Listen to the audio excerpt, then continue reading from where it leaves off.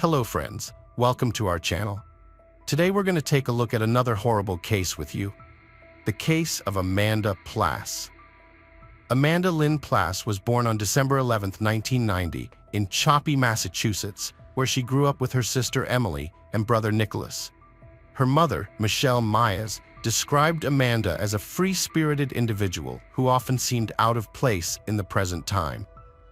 In 2011, Amanda was working as a waitress at a local restaurant in Choppy and was in a relationship with a 27-year-old carpenter named Seth Green. Tragedy struck on August 26, 2011.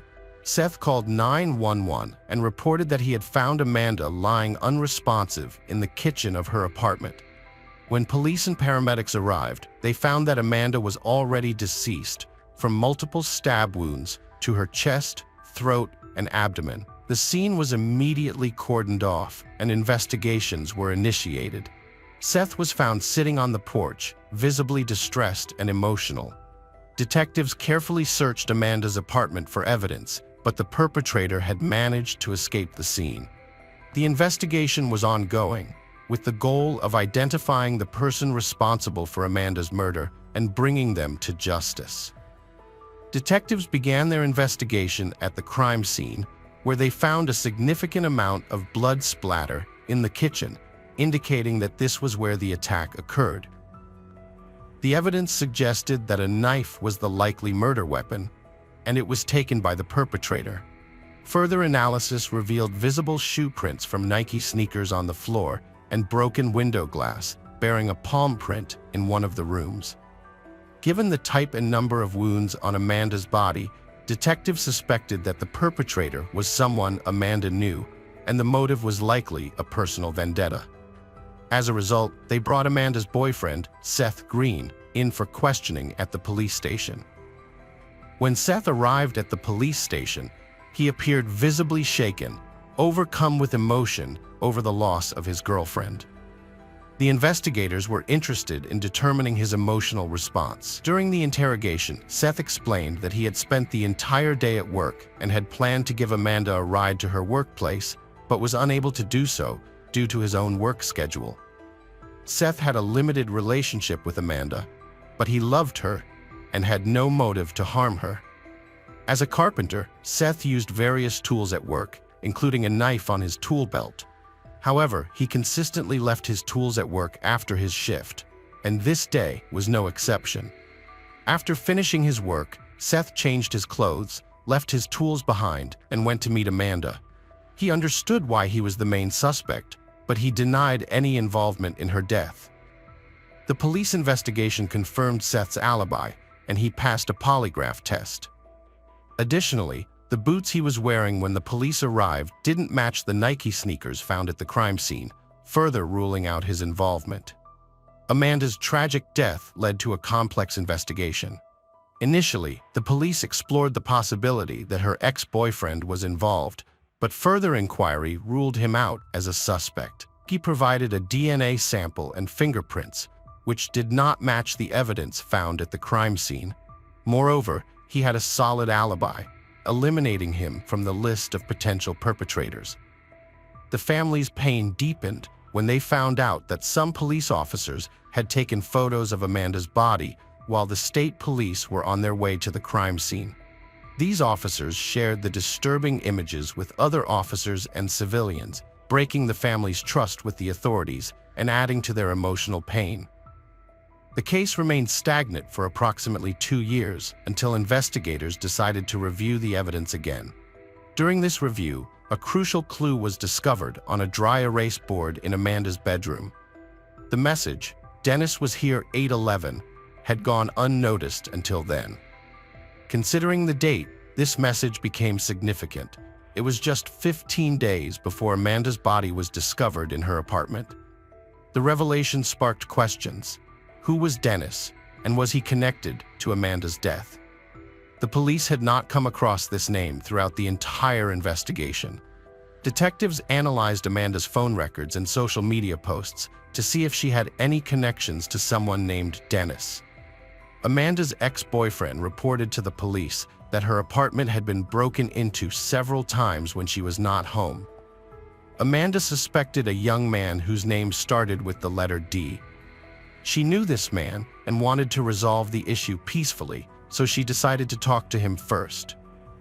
During their meeting, Amanda tried to discuss the break-ins, but the man denied any involvement. When Amanda mentioned that a neighbor had seen him in her apartment, she politely asked him to return her stolen belongings. However, the man left. The investigation then focused on identifying the man named Dennis, who was suspected of being involved in Amanda's death. The police found a man named Dennis Rosa Roman living 3 blocks from the scene of the crime. A background check revealed that Dennis had a history of breaking and entering. Although there was no palm print to match the one found at Amanda's home, the police still wanted to question Dennis. They located him in Westfield, Massachusetts, and invited him to the station for an informal conversation. However, Dennis declined the invitation. But in November 2013, Dennis voluntarily visited the police station. The police questioned Dennis about his relationship with Amanda, and he acknowledged knowing her from Chappie, but claimed he hadn't seen her in a couple of years, which was true since Amanda had been deceased for a couple of years. When asked if he had ever visited Amanda's apartment, Dennis denied ever being there and stated that he didn't know her well. He admitted to occasionally selling weed to Amanda, which was how they occasionally interacted. During the interrogation, Dennis agreed to provide a DNA swab and revealed the size of his shoes, which matched the one found at the crime scene. However, the police noted that Dennis's Nike Air Max shoes had a different tread pattern than the ones that left bloody tracks at the crime scene. After providing his DNA, Dennis refused to answer further questions, promising to return to the police station in a few days to continue the conversation. Initially, the police didn't have sufficient grounds to arrest Dennison, so he was released. This decision was made despite concerns that he might flee and hinder the investigation. Further investigation revealed that Amanda and Dennis had made several phone calls to each other on July 28, 2011. The phone records showed that Amanda initiated 4 calls, while Dennis initiated 5 calls. When Dennis returned to the police station a few days later, his story changed. He now claimed that he had communicated with Amanda about break-ins at her apartment when she wasn't home. Amanda didn't report the incidents because nothing of value was stolen. The investigators found this story unconvincing, particularly since they had heard about the alleged break-ins multiple times before. Their suspicions grew, and they strongly suspected that Dennis was actually the person responsible for breaking into Amanda's apartment.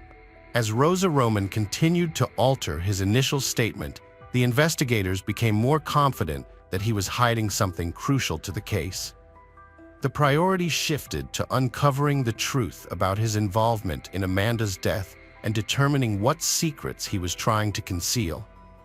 When investigators showed Dennis a photo of a dry erase board with the message, "Dennis was here," on August 11, 2011, he initially admitted to writing it, contradicting his previous statement that he had never entered Amanda's apartment. This admission was significant, as it directly implicated him in the crime. Furthermore, DNA results confirmed that Dennis had given false testimony, as his DNA matched the DNA found under Amanda's fingernails, and his palm print was found on a glass at the crime scene. After realizing that the police had gathered sufficient evidence for his arrest, Dennis changed his story for the 3rd time. He now claimed that he had been present at the crime scene and had attempted to save Amanda from the attacker.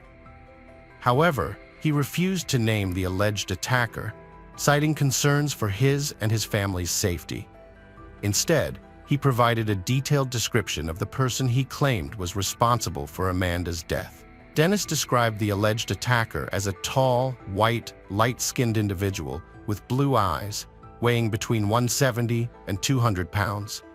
He also claimed that the person was wearing old pants, dirty boots, and a t-shirt with the phrase, "Why drink and drive when you can smoke and fly?" Despite this new information, detectives did not believe Dennis's story, as all the evidence pointed to him as the sole perpetrator of the crime. As a result, Dennis was arrested and charged with Amanda's murder. The trial took place almost 3 years after Amanda's death and centered around the debate over whether Dennis was responsible for her murder. His lawyers presented the argument that although Dennis was at the crime scene, he did not commit the murder. Instead, they accused the police of botching the investigation and framing Dennis after their efforts to find the perpetrator failed. Dennis claimed that his involvement in Amanda's death was involuntary. He stated that his dealer forced him to collect a debt at her apartment. Dennis allegedly tried to help Amanda, but couldn't stop the dealer. He cited his DNA under her nails as evidence, saying she grabbed his hand during the incident. In contrast, the prosecutors had a different explanation for the events leading to Amanda's death. They believed that Dennis was breaking into Amanda's apartment while she was not home and that she had caught him. During one of these break-ins, Dennis allegedly left an inscription with his name on a board. Amanda assumed that Dennis was the trespasser who had stolen from her, and that is why she called him and asked him to return the stolen items. This explained the multiple phone calls between Amanda and Dennis on the day she died. Dennis, the killer of Amanda, mistakenly believed Amanda was already at work, re-entered her apartment, and ultimately took her life in a fit of anger during a dispute. A jury convicted Dennis of the crime after 8 days of testimony and 5 hours of deliberation. Dennis received a life sentence in prison with no possibility of parole. Hello friends, welcome to our channel. Today we're going to take a look at another horrible case with you, the case of Amanda Blackburn. Amanda Grace Buers was born on July 31, 1987, in Muskegon, Michigan. Her family later moved to Indianapolis, Indiana, and then to Elkhart in 1995. Amanda graduated from Elkhart Christian Academy in 2006 and went on to earn an associate's degree from Pensacola Christian College in Pensacola, Florida, in 2008. Amanda was raised in a deeply devout Christian family, where her father served as the lead pastor of First Baptist Church in Elkhart, Indiana. From a young age, she was deeply committed to her faith and had memorized many church sermons. Unlike her peers, who were eager to explore the world and experience adult life, Amanda's desire was to serve Jesus. Amanda was a kind and gentle soul, with a slender build, blonde hair, and a sincere smile. Her thoughts and heart were pure, and she consistently showed love and compassion towards others. As a teenager, Amanda made a vow of chastity, promising not to kiss a man until she was married, and she remained true to this commitment. Amanda's heart raced when she met the love of her life, Davy Blackburn. A native of Tuscaloosa, Alabama, Davy was a devoted Christian who studied religion at Southern Wesleyan University. The two were introduced on a blind date at a Christian concert featuring the band Hawk Nelson, arranged by Amanda's sister and Davy's best friend. Despite attending different colleges, they spent every vacation together, cultivating a deep and innocent connection. Their relationship was free from physical attraction, focusing instead on shared values and faith. They took leisurely walks, discussed their thoughts and favorite Bible passages, and laughed together, finding joy in simple things. On one occasion, before returning to school, they engaged in a playful milkshake drinking contest, which Amanda lost. In a light-hearted moment, Davy teased her, calling her a milk girl. As he looked at her, he knew he had found the woman he wanted to marry. They maintained a long-distance relationship for a long time, relying heavily on messaging apps, phone calls, and extended conversations during their vacations together. They were deeply committed to building a strong and healthy partnership, and to that end, they sought the guidance of a psychologist to learn effective communication strategies. Amanda and Davy Blackburn got married on August 1, 2008. After the ceremony, Davy told friends that he felt a special connection with Amanda, which he believed was part of God's plan. For 4 years, the Blackburns lived in South Carolina, where Davy worked as an associate pastor at New Spring Church under Pastor Perry Noble. However, Davy felt restless and wanted to do more. He suggested to Amanda that they move to Indianapolis to start a new church focused on youth ministry. Amanda was hesitant to leave her family and friends behind, and she struggled with the decision. Eventually, she agreed to move after Davy convinced her that God had big plans for them. In 2012, the Blackburns relocated from South Carolina to Indianapolis to establish an independent church on the north side, targeting young people. They created weekly videos on their website, offering advice on relationships, conflict resolution, and intimate relationships according to the Bible. In 2014, the Blackburn family welcomed their first child, Weston. They lived a happy and comfortable life in a quiet neighborhood, with Davy serving as a popular pastor at a church frequented by many young people. The family was united and content. Tragedy struck on November 10, 2015, when Amanda, who was pregnant at the time, was rushed to the hospital after an ambulance was called to their home. Despite efforts to save her, she died the next day, along with their unborn baby girl, Evie Grace. The news of Amanda's passing sparked an outpouring of sympathy and prayers on social media, with friends, family, and strangers sharing their condolences. On November 11th, the day Amanda was officially declared deceased, Davy released a statement honoring her legacy, saying that she dedicated her life to loving and serving those around her. Amanda Blackburn dedicated her life to spreading the message of Jesus Christ and helping others find salvation. Through her death and legacy, even more people will come to know Christ. I'm certain she wants me to continue the work we started in Indianapolis. Dave Blackburn described the murder of his pregnant wife Amanda as a devastating blow to their Orthodox community and a shock to the entire state. The public demanded justice, calling for the perpetrator to be caught and punished. In his first interview, Dave recounted finding Amanda injured and unconscious on the living room floor, partially naked and surrounded by blood. Dave explained to investigators that he had left the house around 6 a.m. to work out at the fitness center, leaving the door unlocked, as he often did. If he had locked the door, it's possible the criminals might not have entered the house so easily, giving Amanda time to call for help. Amanda suffered 3 gunshot wounds, including one to the head during the attack. Despite a swift investigation, no arrests were made in the days immediately following the crime. The police quickly cleared Amanda's husband, Davy Blackburn, of any involvement in the brutal incident. According to trial transcripts, Davy Blackburn's testimony was supported by that of Scott Floyd, the first emergency medical paramedic from the Indianapolis Fire Department to arrive at the scene. Floyd stated that when they arrived at the house in response to Davy's 911 call, Davy was standing at the end of the driveway with blood on his hands. Scott stated that Davy described his wife Amanda as lying on the floor, unresponsive. Davy claimed to have discovered her after returning home from the gym around 7:30 a.m. and finishing a phone call with his friend Kenneth Wagner. He entered his home at 8:10 a.m. and called emergency services at 8:22 a.m., thinking Amanda was sick or unconscious. However, it's unclear why it took him 12 minutes to make the call and why he didn't notice the brain matter nearby.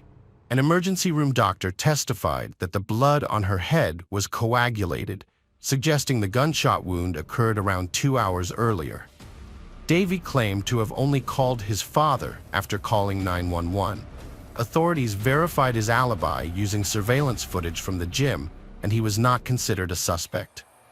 The autopsy revealed Amanda suffered multiple gunshot wounds and signs of a struggle. The investigation included reviewing CCTV footage and interviewing neighbors, one of whom reported hearing gunshots 35 minutes after Davy left the house. The initial theory was robbery, given the missing bank cards and MacBook bag.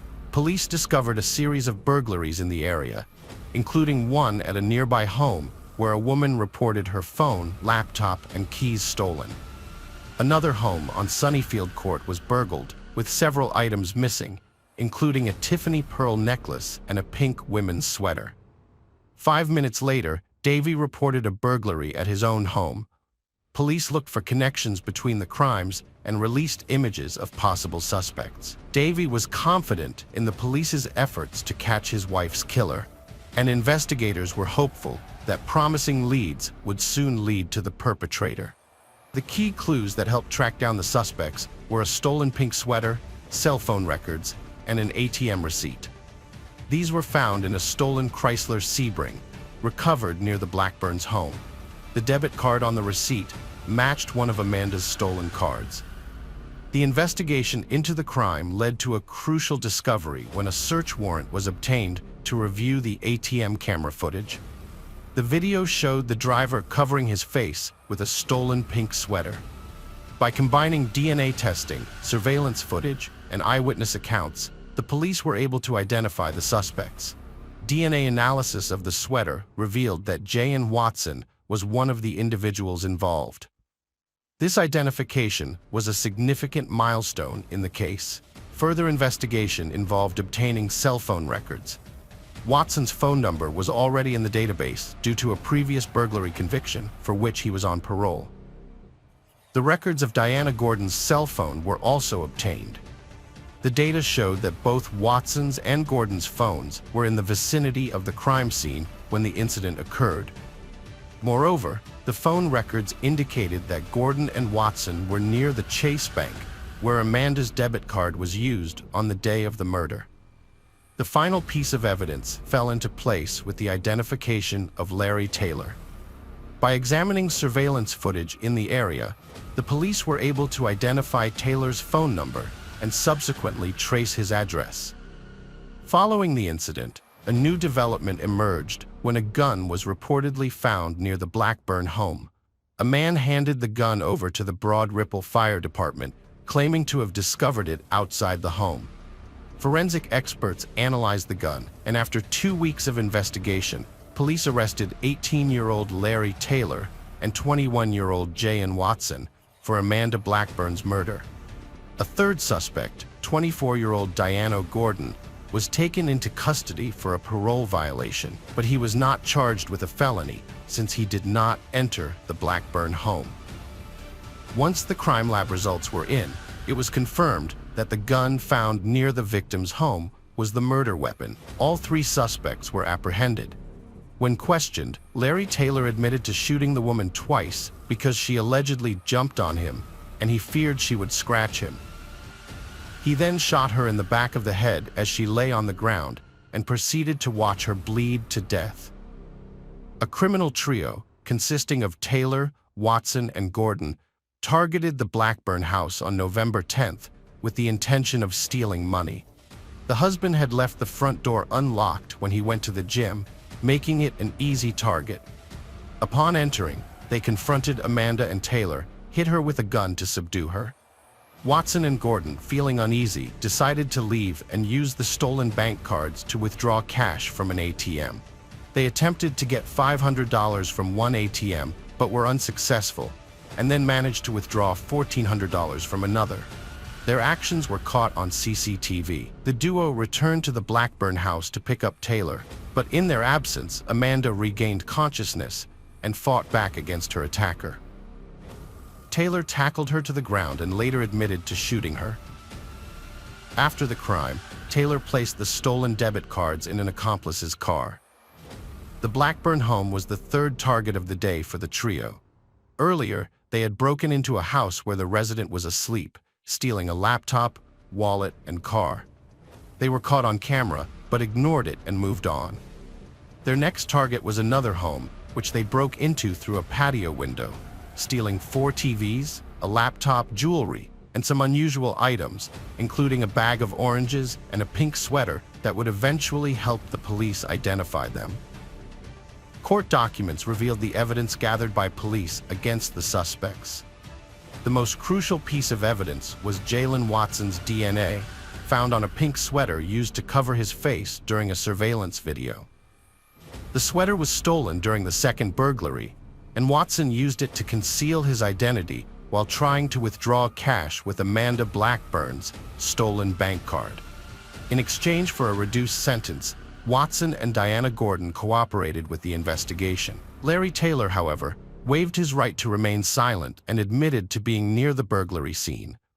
Although he claimed to be confused, he could not provide a clear alibi. The county prosecutor formally filed charges against the suspects.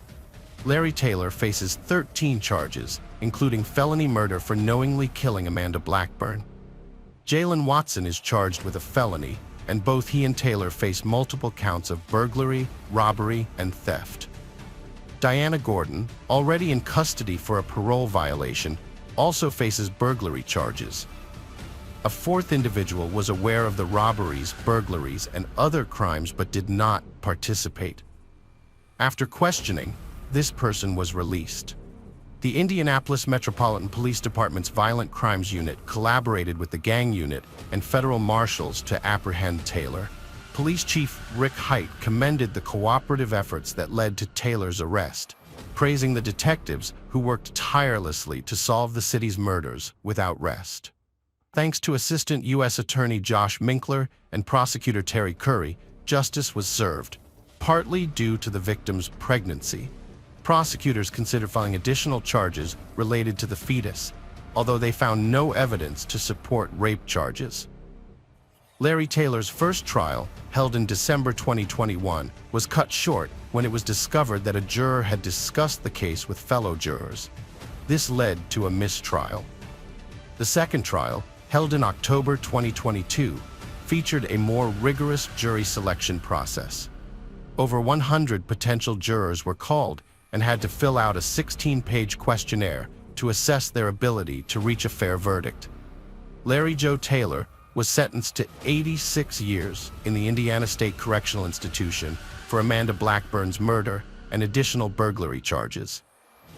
Diana Gordon and Jalen Watson agreed to plea deals and testified against Larry Taylor in court, receiving sentences ranging from 20 to 35 years in prison.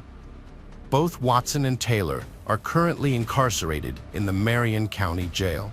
In Indiana, a murder conviction can lead to 45 to 60 years in prison or even life imprisonment or the death penalty. Prosecutors sought to enhance Larry Taylor's sentence by 20 years due to the victim's pregnancy during the alleged crime. Davy Blackburn, Amanda's husband and a pastor, expressed relief that those responsible for her murder were caught and would not harm anyone else. Amanda's death had a significant impact, with thousands attending her funeral, including Governor Mike Pence. A donation page was set up to cover funeral and medical expenses. Davy Blackburn chose to forgive Amanda's killers, stating, "I choose the path of forgiveness, grace, and hope." Amanda's case garnered national and international media attention. After Amanda's death, Davy Blackburn transitioned from an unhappy husband to a popular blogger, capitalizing on his tragedy. He created podcasts and videos, sharing his experiences and pain. He became famous and wealthy, receiving an insurance payout and buying a new home. Hello friends, welcome to our channel. Today we're going to take a look at another horrible case with you, the case of Carol Maltese. Carol Nicole Maltese was born on September 19, 1995, in a small province in Italy. She was the only child of Fabio and Josephine and had a mix of Italian and Dutch heritage. When Carol was just 4 years old, her parents got divorced and she stayed with her mother. Her father moved back to the Netherlands, got remarried, and had more children. Carol's mother, Josephine, chose to stay in Italy and raise her daughter on her own. Despite her former husband's lack of support, Josephine worked multiple jobs to give Carol a good education and a better life. Carol grew up to be a kind, sociable, and beautiful girl with many friends. She was active in sports, particularly horseback riding, and loved to dance. She was fluent in 3 languages, enjoyed traveling across Europe, reading, and could talk about almost any subject. As a teenager, Carol became a stunning beauty with a slim figure, and she loved being the center of attention. After finishing school, Carol went on to study industrial design, arts, and fashion at a technical university. She quickly became one of the top students in her class. Carol began dating a young man, a year older, and studying architecture and design during her freshman year. When she was 20, she discovered she was pregnant, which came as a shock to both her and the father. Despite being unprepared, Carol decided to keep the baby. In 2016, Carol gave birth to a son, and she and the father were forced to drop out of school due to financial constraints. They moved to Verona for better job opportunities to support their family. Carol landed a job as a sales consultant at a cosmetics and perfume retail chain when her son turned 1, while her partner worked from home and took care of their child. In mid-2019, Carol started an affair with Angelo, secretly meeting him in hotel rooms and exchanging messages at night. However, just before the new year, the father of her child discovered her infidelity and ended their relationship. Carol thought it was for the best to leave, since she was already planning to move in with her new boyfriend. However, a complication came up.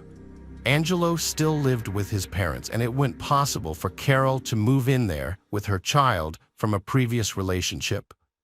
So, they made the decision to rent a place together instead. When the economic crisis hit, they lost their jobs and couldn't afford their apartment. Carol moved in with her new boyfriend's parents and made the difficult decision to leave her 4-year-old son with his biological father until things got better and she could bring him to live with her. As the economic crisis worsened, a self-isolation regime was put in place, and everyone was forced to stay at home. Carol struggled financially during this time and relied on Angelo and his parents for support, unable to contribute financially to her son's care. To make matters worse, Carol's mother was diagnosed with Parkinson's disease, which required expensive therapy. With no other options, Carol desperately sought ways to earn money from home to support her son and ill mother. She turned to social media and YouTube, sharing her experiences of living in isolation and the challenges she faced in an effort to generate an income during the lockdown. Carol's early blog posts didn't gain much traction, but her attractive appearance caught readers' attention. She received flattering comments as well as some inappropriate proposals. One subscriber suggested she join OnlyFans, a platform where her looks would be in high demand, and she could quickly become a star and earn a lot of money. Taking this advice, Carol created an account under the pseudonym Charlotte Angel and began posting provocative photos and short videos. She quickly gained a large following of paying customers. While Carol's earnings increased, she kept her new career a secret from her boyfriend and close family members. As time passed, Carol's content became more explicit and sophisticated as she worked to satisfy her fans. She herself found enjoyment in this line of work. However, Carol was able to keep her secret hidden for only about 6 months before someone she knew discovered her account. The news spread quickly, and soon everyone knew how she was making a living. Carol's friends and family in Italy didn't understand her decision to work in the adult film industry. They saw it as immoral and were embarrassed to be associated with her. Carol, on the other hand, was confident that her work was a form of art that could bring her success, wealth, and fame. As she became more popular, adult film studios and directors approached her with offers to star in their films, which she accepted. She started participating in group shoots and public performances, but her boyfriend Angelo was still in the dark, thinking she was working remotely as a designer. However, when Angelo finally found out the truth, he was shocked and unsure of what to do. But when his parents discovered Carol's profession, they demanded that he break up with her immediately, fearing that she would bring shame to their family. Carol's OnlyFans account had become extremely successful, earning her enough money to rent her own place and attracting offers from directors. Her fees continued to rise, and she professed in interviews that this was not a long-term career goal. Instead, she planned to eventually complete her education and pursue a career in design or modeling. For now, she was enjoying her work and was well compensated. Despite her success, Carol frequently spoke about the constant moral pressure she faced from others. Their judgments and attempts to shame her led to feelings of anxiety and guilt. However, she defended her work as a form of art and believed that every woman should have the freedom to choose her profession without fear of judgment. Carol started anew in Rescaldina, Milan province, leaving her adult film career behind and working as a sales consultant at a perfume boutique. However, this fresh start was short-lived. She met David Fontana, a 42-year-old banker and nude photographer online. He was seeking a model, and Carol responded, feeling an instant attraction during their first meeting. Despite being married, Fontana pursued a relationship with Carol, and they began dating, combining photo shoots with intimacy. Fontana learned about Carol's past and encouraged her to return to filmmaking, recognizing her talent. He had complex feelings for her, loving and possessive, yet also enjoying seeing her in adult films. After divorcing his wife in March 2021, Fontana moved in with Carol, and they explored their explicit fantasies together. He assisted her in creating popular content on OnlyFans, taking a share of the profits from their joint ventures. Carol's success in the adult film industry led to her receiving lucrative contract offers from foreign directors and studios. However, her boyfriend Fontana became jealous and reacted angrily when others showed interest in her. Months later, Angelo, who was still in love with Carol, reached out to her and confessed his feelings. He proposed that they get back together, promising not to interfere with her work. Carol was touched by his words but revealed that she was already in a relationship with someone else, David. Despite this, Carol and Angelo continued to stay in touch. However, when David found out about their communication, he became furious and threatened Angelo. He even went as far as setting Angelo's car on fire. Angelo reported the threats and property damage to the police, and a restraining order was issued against David. However, there was no evidence to link David to the arson, so he didn't have to pay for the damages. As Carol's popularity grew, she traveled frequently for shoots and gained over 30,000 followers.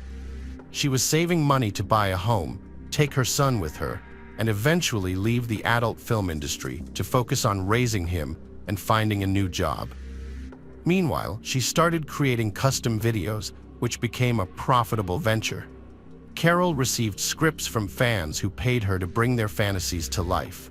She continued to work with Fontana on filming and editing, and they shared the profits and lived together. In September 2021, she met Salvatore Galdo, an actor, on a film set, and they started working together on explicit films. As they worked together, Carol and Galdo developed real feelings for each other, and they began a romantic relationship in secret, afraid of how David, her current partner, might react. She waited for the right moment to tell David everything and end their relationship. A few months later, Galdo proposed to Carol with an engagement ring, and she happily accepted. By the end of the year, she had saved enough money to buy her own home. Carol planned to take her son, Mary, with her and decided it was time to talk to Fontana about her decision. Fontana took the news surprisingly well, understanding that Carol was moving on to her new partner.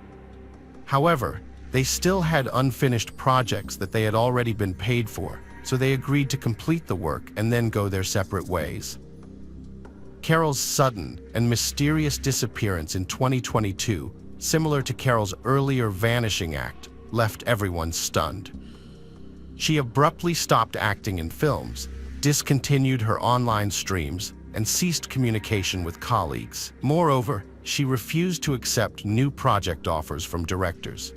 Although many people were aware that Carol had planned to leave the entertainment industry, her complete disappearance still came as a surprise.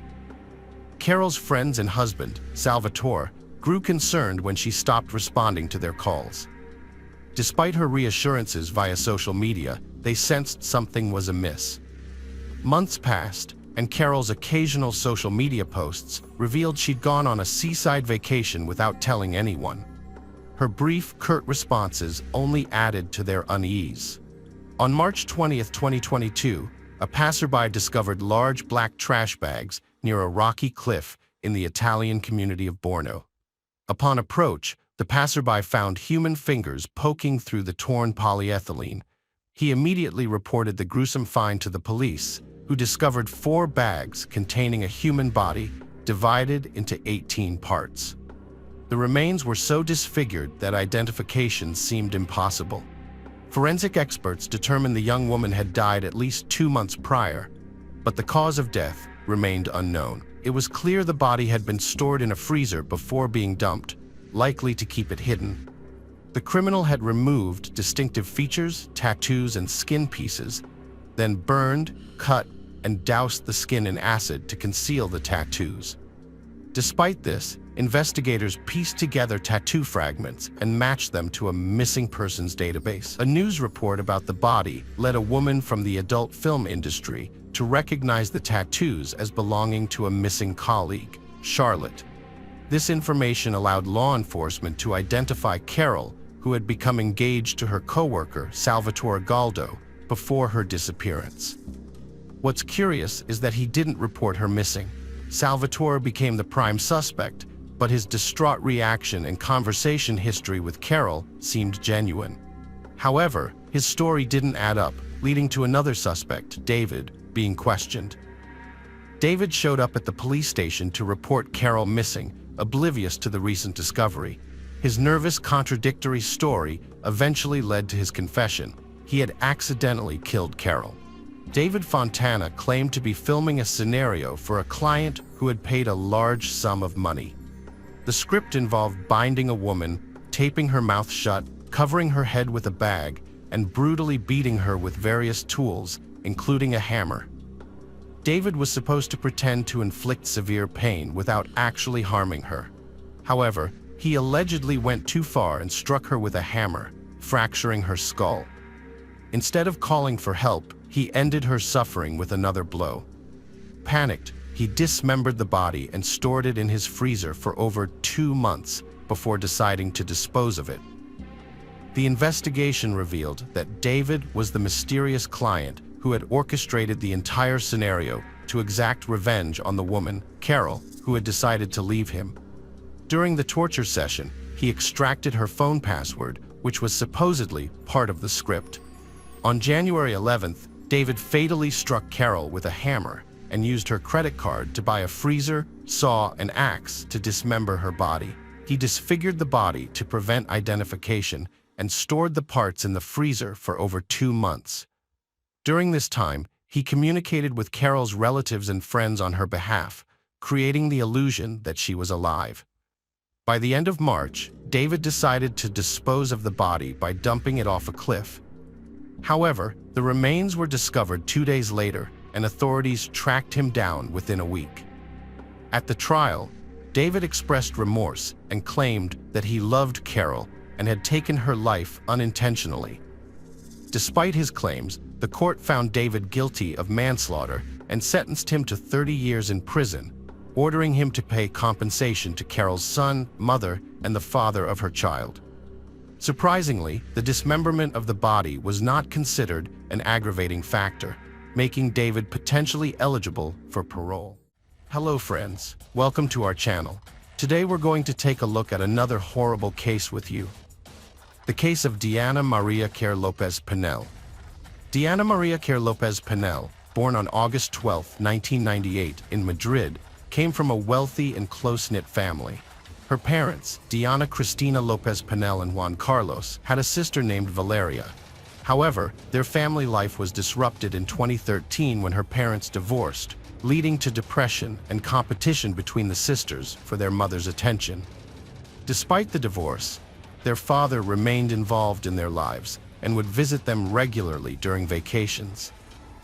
Diana, her mother, and sister often spent their summers in the small coastal town of Poder do Carmo, which had a population of around 10,000.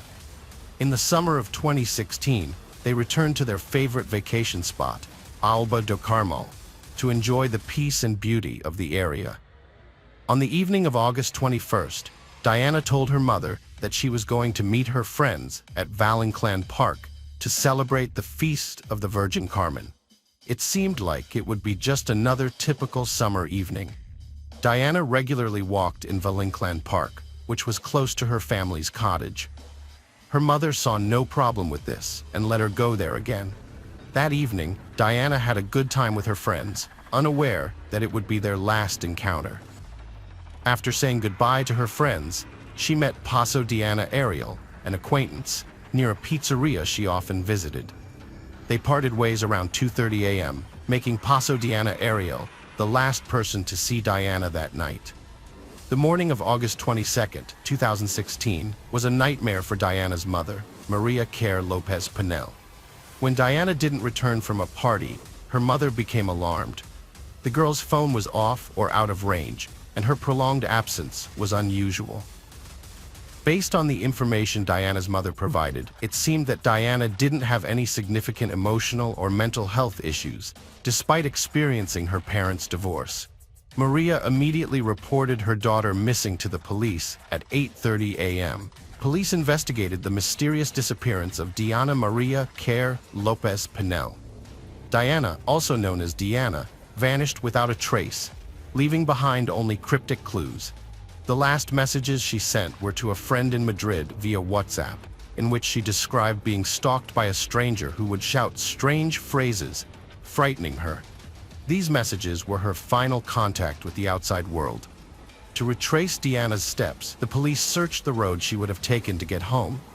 Along the way, they found a black hairband similar to the one Diana wore that night. Unfortunately, it was the only clue found at the scene of her disappearance.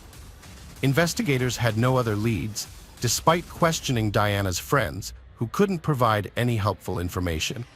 The lack of CCTV cameras on the last part of Diana's journey made it even more challenging. The dimly lit and deserted street had few landmarks, including some garages and a rundown Boomerang nightclub. Some witnesses reported seeing Diana exit a car with 3 men, then get into another car that drove her away from the port. However, these accounts were not corroborated. Investigators explored 2 main theories. First, that Diana was kidnapped by someone she knew, and second, that she was attacked by a stranger. Diana's mother even proposed a third possibility, that her daughter was taken away on a boat. Diana's friend and ex-boyfriend claimed that she met a man from Morocco and they purchased hashish together. However, this information only added to the mystery of her disappearance. The media reported that the clothes Diana wore that evening were found, but her mother denied this, stating that no such discovery was made. Furthermore, Diana left her credit card and identification behind, which suggested that she did not intentionally run away. This, along with other circumstances, indicated that her disappearance was not voluntary. Diana's disappearance remained a mystery despite efforts to solve it. The media soon revealed that Diana had argued with her mother just before she vanished, which led to reports of Diana having a nervous breakdown and requiring medical attention. Her younger sister Valeria, 16, was also hospitalized with similar symptoms. To avoid further conflict and litigation, the father was granted custody of Valeria. This decision was made on September 1st to prevent more tension in the community, which was already on edge due to Diana's disappearance. The father and daughter left town, fueling rumors that they were hiding something important. According to Diana's friends, it was not unusual for the sisters to run away from home, especially Valeria. The family had complicated relationships with frequent quarrels between the mother and daughters. Diana's mother was criticized for being overly anxious when Diana failed to return home, considering Diana had often left home on Wednesdays without incident. However, the family's actions raised suspicions when they canceled a scheduled press interview, citing emotional distress at the possibility of never seeing their daughter again. New information emerged on September 11th, contradicting the mother's claim that Diana didn't have mental health issues. It was revealed that Diana had gone missing for 3 days in April, and her mother had not reported it to the police. Diana would often turn off her phone to upset her mother, and had expressed a desire to no longer live with her. The letters exchanged between Diana and Valeria, published in the press, revealed that both sisters struggled with serious emotional issues. Valeria's problems were severe enough to land her in the hospital multiple times in the past year, including an incident where she had to have her stomach pumped due to a prescription drug overdose. With the investigation into Diana's disappearance stalled, prosecutors have shifted their focus to investigate the alleged abuse of Valeria, the youngest daughter of the Lopez panel family. Meanwhile, the search for Diana continues at full speed, with investigators working intensively to uncover the truth about her disappearance. Forensic experts analyzed various items belonging to Diana, including her toothbrush, comb, computer, diary, and prescription drugs, but found no leads. They also questioned her acquaintances, such as a Moroccan man she had a brief relationship with, but, again, no conclusive results. Despite extensive searches in the surrounding areas, the investigation remained stagnant. The search efforts focused on the mountains, forests, rivers, and lakes near the disappearance site, but Diana's phone signal was last detected in the Tarragon area, 13 miles away from her family's location, around 3 a.m. on the night of her disappearance. 72 days passed with no resolution, and all leads remained unconfirmed. However, the police did find a phone matching Diana's, which her father confirmed belonged to her. In a surprising twist, Diana's Facebook profile was activated 2 months after her disappearance, prompting friends and relatives to notify the police and provide screenshots. The Remind Password function had been used to bypass entering profile login details, leading to 2 possible explanations. Diana might have forgotten her password, or an attacker was attempting to access her profile. Unfortunately, Diana's phone, which could have held crucial clues, failed to provide any insights into her mysterious disappearance. On November 10, 2006, investigators finally identified the driver of the car in which Diana was last seen. Significantly, this individual had a prior record of human trafficking charges. However, details about his potential involvement in Diana's disappearance were kept under wraps to avoid jeopardizing the ongoing investigation. A pivotal incident occurred on December 25, 2017. A girl was accosted by a man who demanded her phone and threatened her with a weapon. The frightened victim screamed for help, and a passing couple rushed to her aid, rescuing her from the assailant who tried to drag her into a car. After the victim reported the incident to the police, providing a description of the attacker and their license plate number, officers arrested 41-year-old Jose Enrique Abinay, also known as Elo, the next morning. A background check revealed that Abinay had a prior criminal record and a surprising connection to a previous case. He was the same driver detained in 2016 for suspicion of kidnapping Diana Kerr, but was released due to his wife's alibi. Further questioning of Abinay and his wife led to a breakthrough.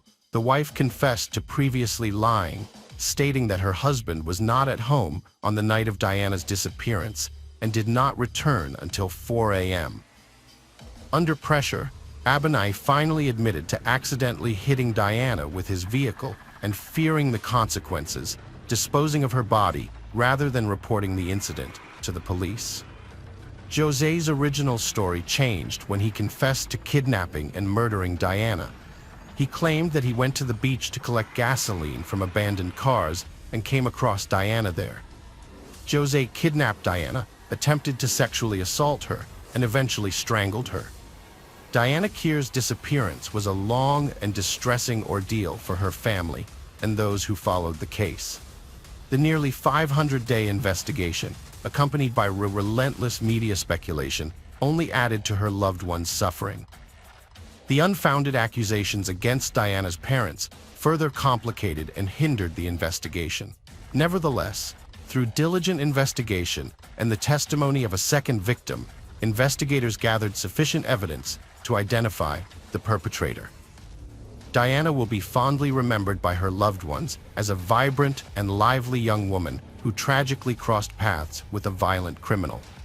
Her story highlights the importance of unity in combating crime, ending impunity, and ensuring the safety of all citizens. Unfortunately, Diana's body was hidden by the perpetrator, who refused to disclose its location for a long time. Eventually, after much effort from family and friends, they were finally able to locate her remains in an abandoned warehouse's well in January 2018. This allowed them to give Diana a proper farewell and burial. As for the perpetrator, Jose, he was sentenced to life imprisonment with the possibility of parole after 35 years. Hello friends, welcome to our channel.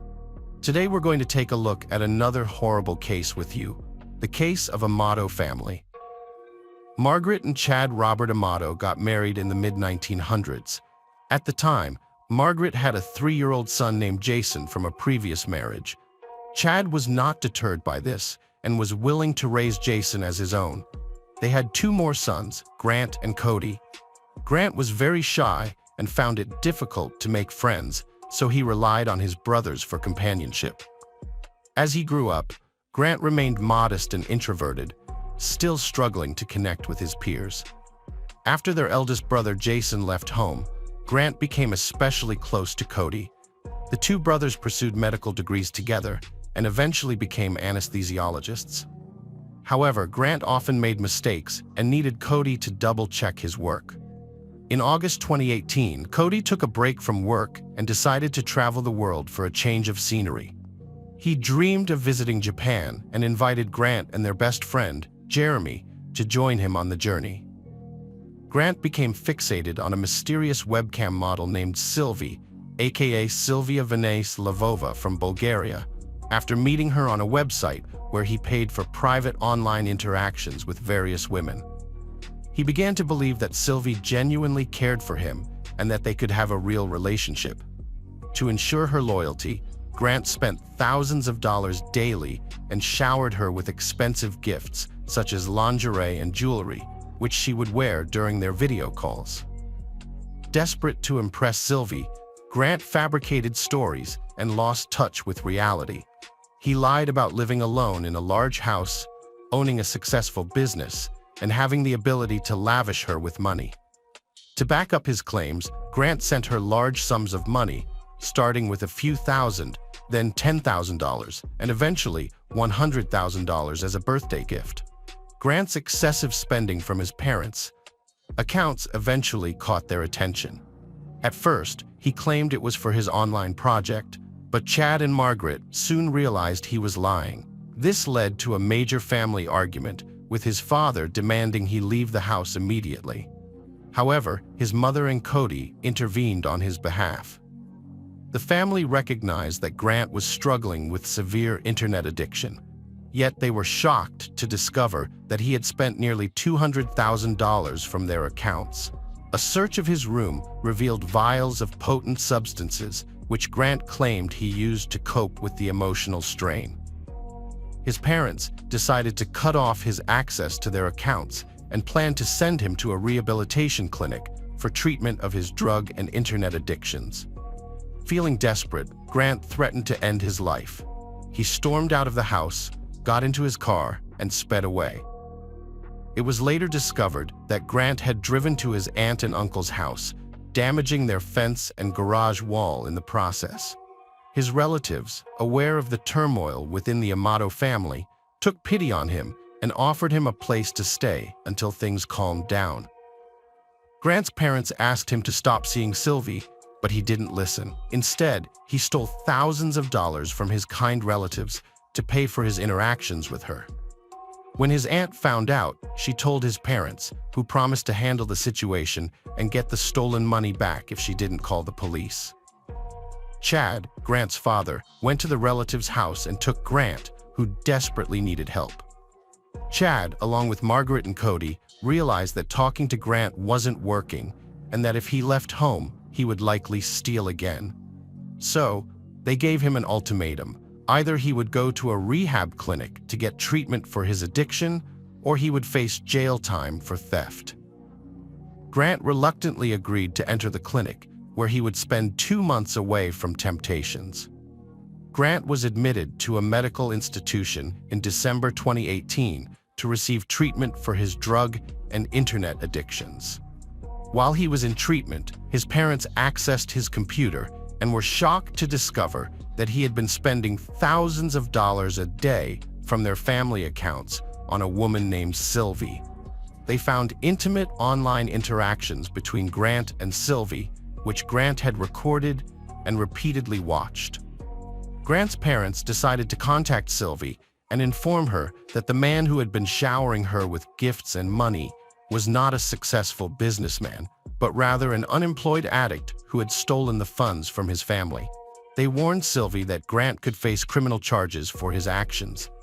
However, Sylvie was unmoved, viewing her interactions with Grant as simply a job and refusing to return the stolen money. On January 5, 2019, Grant suddenly returned home from treatment, having completed less than a quarter of the rehabilitation program. He had fled the clinic, where he had shown complete non-compliance with the program. Grant tearfully promised to turn his life around and get a job, but threatened to end his life if his parents forced him to return to the rehab center. His parents agreed to let him stay home, but only under strict conditions. Grant was on a tight leash, no computer use, a strict daily routine, and close monitoring of his earnings. To help him get back on track, he was given a part-time job at a local grocery warehouse, which he held for about 3 weeks. Grant appeared to be cooperative, leading his parents to believe he had overcome his addictions and matured.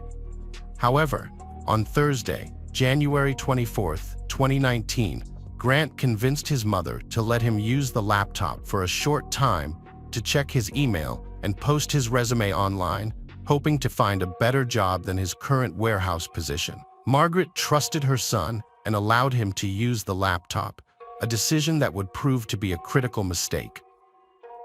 As soon as Grant got online, he tried to contact Sylvie, but he discovered that his parents had already exposed the truth about him to her. Feeling betrayed, Grant believed his parents had humiliated him in front of the only woman he loved, and he sought revenge. Grant's anger turned deadly when he remembered the guns his family kept at home. While his father had locked the main collection in a safe, Grant knew about another loaded gun kept in his parents' bedroom. This was the gun he decided to use to take brutal revenge on his family. Grant's mother was working on the computer in the home office when her youngest son, Grant, sneaked up behind her and shot her in the back of the head. She didn't even have time to turn around or realize what was happening. Next, Grant waited for his father to come home from work. As soon as he walked into the kitchen, Grant shot him twice in the chest. Grant then thought of an even more sinister plan. He decided to blame his own brother, Cody, who had always been supportive and helpful towards him, and was his best friend. Cody had moved out of the family home and was living with his girlfriend. Grant used his deceased father's phone to send Cody messages, telling him to come home right away because something terrible had happened. Grant gave his brother only a little information, trusting it would be enough to make him leave work immediately. Grant was right. Cody rushed home from work, even leaving early. As soon as Cody entered the house, he made his way to the bottom of the staircase that led to the second floor. But before he could go any further, he was shot and fell to the ground. Cody didn't die right away. He had time to understand the terrible situation he was in, but he was unable to do anything to change it. Grant murdered his family and then carefully covered his tracks. He wiped his fingerprints from the pistol, placed it in his brother's hand to frame him, and left it next to the bodies to make it seem like Cody had killed their parents and then taken his own life. Grant then calmly packed his belongings, downloaded incriminating video files from the computer, and even sent a text to Sylvie to tie up loose ends. He loaded his essentials into the car and drove away. However, the police quickly tracked him down and arrested him at a small motel in Orange County just over a day later. Grant was more disappointed than surprised, but he vehemently denied any involvement during his interrogation. Grant fabricated outlandish stories about his father's alleged cruelty towards him, his mother, and brother, claiming his father tried to keep him apart from his girlfriend Sylvie, whom he claimed to truly love. His account of the events on the evening of January 24, 2019, was confusing, inconsistent, and lacked credibility. Grant claimed that his brother Cody got into a fight with their father, grabbed a gun, and accidentally killed Chad and Margaret. However, Grant wasn't present during the incident and only pieced together the events based on what he thought might have happened. Grant said he was kicked out of the house by his father and spent the night in his car. The next morning, he drove away without knowing what had occurred at home. However, his story had many inconsistencies and didn't add up. The evidence suggested that Grant was the one who had killed his family members. As a result, Grant was arrested and charged with the murder of his father, brother, and Margaret. He was held in custody on a $750,000 bond, which he couldn't afford to pay. The trial began on July 15, 2019. Almost all the witnesses who testified, including Grant's brother Jason, relatives, and Cody's friend Jeremy, spoke against Grant. Those who knew him described Grant as a person with addiction problems, a compulsive liar, and a thief. He had even stolen money from Jeremy during their trip to Japan. The key evidence against Grant was a large bank transfer from his brother Chad's account to his own younger son's account, which took place late at night after the family members had been murdered. To authorize the transfer, Grant had used the finger of his deceased father to bypass the account's biometric identification system. The prosecution sought the death penalty, arguing that Grant's actions were premeditated and heinous. However, the defense claimed that Grant was mentally ill and required treatment rather than punishment. On August 12, 2019, the court delivered its verdict, finding 30-year-old Grant Amato guilty of 3 premeditated murders. As a result, he was sentenced to life in prison without the possibility of parole. Hello friends, welcome to our channel. Today we're going to take a look at another horrible case with you, the case of Lynn Keel. Lynn and Elizabeth Keel had been married for over 20 years. Lynn worked as a truck driver, while Elizabeth was employed by Microbac Laboratories. They lived in a secluded house in Nash County, North Carolina. On January 1, 2006, Elizabeth slipped on the icy steps outside their house and fell, hitting her head on the concrete corner. The injury was fatal, and her life was tragically cut short. After a year, Lynn began to rebuild his life after a devastating event. He made a career change, leaving his job as a truck driver to pursue a new path in real estate. In 2007, his real estate work brought him to Latin America, where he met Diana, a 26-year-old woman from Bogota, Colombia. Diana was not only attractive, but also had a kind heart and was a dedicated single mother to her young daughter. Their relationship blossomed quickly, and Diana was drawn to the idea of a better life in America. She moved to the United States to be with Lynn, and they settled into his home in Nash County. This was the same house where Lynn's wife, Elizabeth Keel, had tragically died in an accident about a year earlier. Before long, Lynn and Diana got married, and soon they welcomed a son named Max into their family. Diana graduated from Nash Community College in 2017 and began working as an emergency room nurse at Wilson Medical Center the same year. In the early years of her relationship, everything seemed normal, but over time, things took a turn for the worse. According to Diana, her partner Lynn became controlling and verbally abusive, often speaking harshly to her. By 2019, Diana's daughter Laura had turned 18 and was attending the University of North Carolina at Wilmington after graduating from Southern Nash High School. Meanwhile, Diana's 10-year-old son Max was living with his parents. Diana's colleagues and patients at Wilson Medical Center held her in high regard, respecting and admiring her both personally and professionally. On March 7, 2019, Diana's mother, Esperanza Prada, who lived in Colombia, received an unexpected message from Diana that read, "Mom, I love you very much." Esperanza was disturbed by this message because she was aware that Diana was miserable in her marriage and longed to get a divorce, but Diana's fear of her husband prevented her from taking the intervention. 3 days later, Laura tweeted a plea for help, saying her mom Diana was missing and asking others to spread the word if they saw or heard anything. On the same day, Laura contacted the medical center where her mother, Diana, worked, but none of Diana's co-workers had seen or heard from her in the past 48 hours. An employee at the medical center notified the police, requesting a welfare check on Diana. The co-worker informed the dispatcher that Diana had been unreachable for 2 days. When the police officer arrived at the Keel family home, Lynn Keel was present. It was unusual that his wife's disappearance had been reported to the police by her co-workers, rather than by him. Lynn told the officer that he had last seen Diana 2 days prior, on March 8th, when she left the house.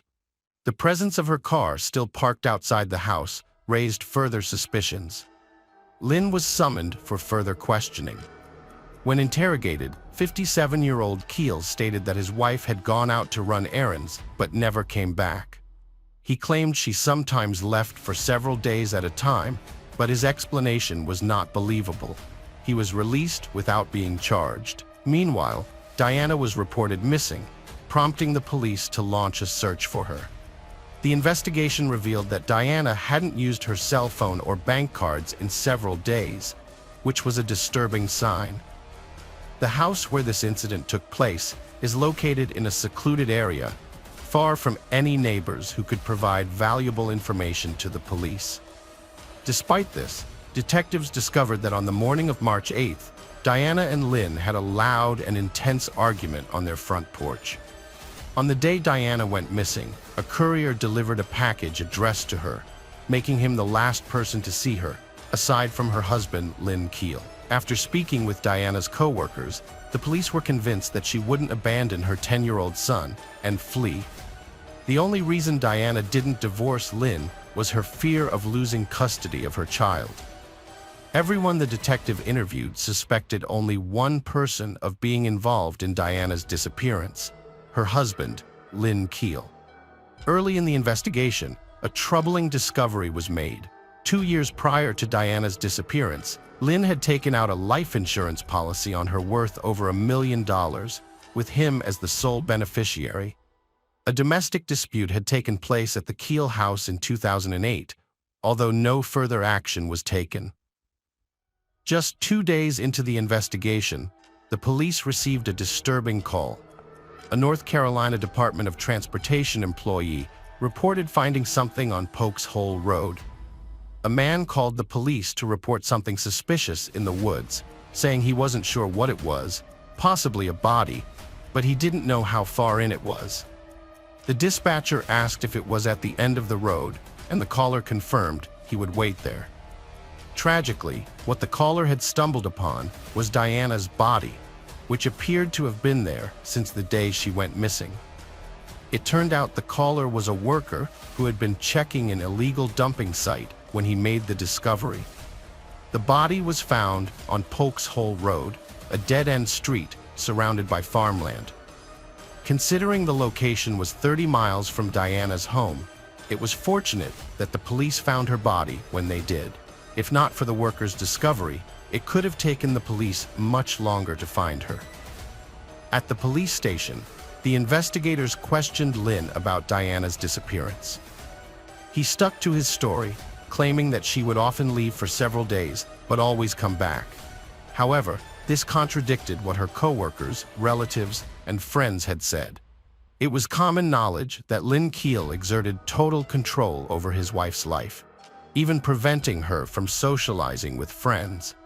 Despite the inconsistencies in his alibi, the police released him pending the outcome of the autopsy. 2 days after the body was found, authorities confirmed that it was indeed Diana Keel. Her death was devastating for her children, family, and friends. The medical examiner's report revealed the shocking details of Diana's death. The autopsy showed that she suffered from severe skull fractures and multiple sharp wounds on the left side of her face and neck.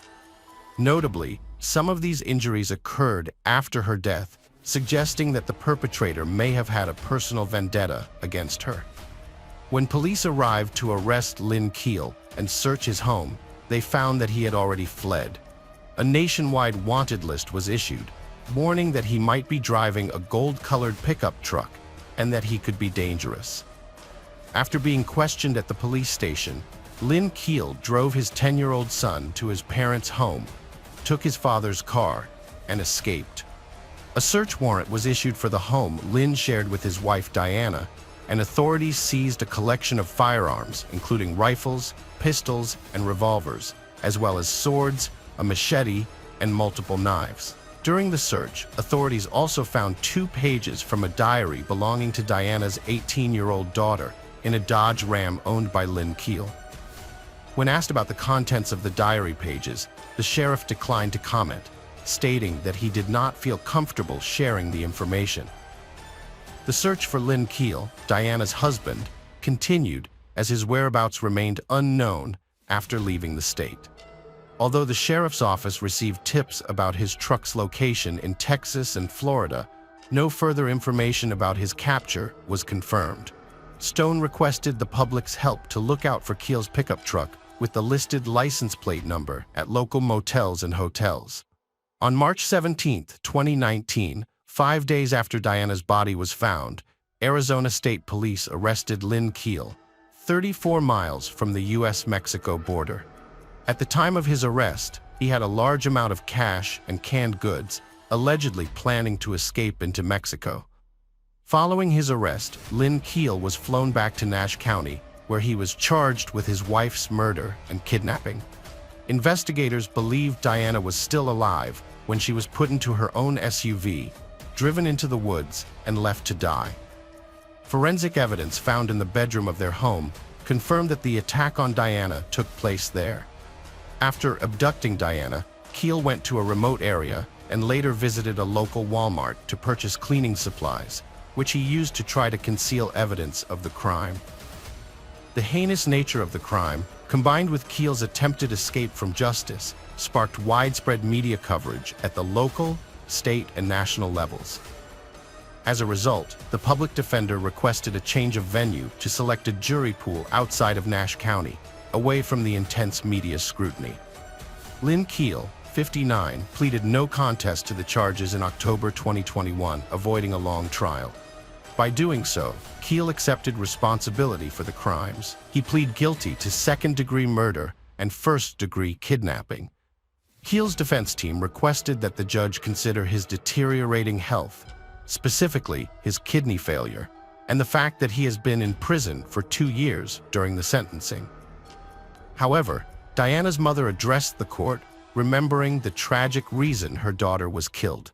She took the opportunity to convey a crucial message to women who may be in similar situations, urging them to leave abusive partners and not stay in harmful relationships. Diana Alejandra Keel's family expressed their gratitude to law enforcement for capturing and bringing to justice Lynn Keel, the suspect in Diana's murder.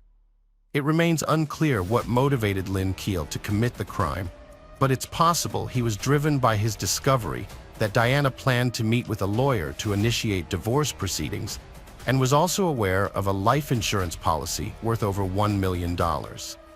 Lynn Keel received a prison sentence of 32 to 41 years. However, the investigation didn't end there. Authorities also looked into the death of Lynn Keel's first wife, Elizabeth, which was initially ruled an accident. But her family had always questioned the events that led to her death. Elizabeth Keel's body may be exhumed if new evidence arises. Dr. John Butts, a veteran medical examiner, only considers exhumation when there are unanswered questions. While some initially accidental deaths were later deemed murders, there's been no new information in Keel's case in 2 years, suggesting no reason to reopen the investigation. However, new details may emerge in the future. Hello friends, welcome to our channel. Today we're going to take a look at another horrible case with you, the case of Drew Shoden. Drew Katrina Shoden was born on September 26, 1981, in Minneapolis, Minnesota, to Alan and Linda Shoden. She had an older brother, Sven. When Drew was 3, her parents divorced, but they remained on good terms. Her mother later married Sid Walker, a travel agent, and they raised Drew and her brother in a comfortable home on Whitefish Lake, a scenic vacation spot in Minnesota.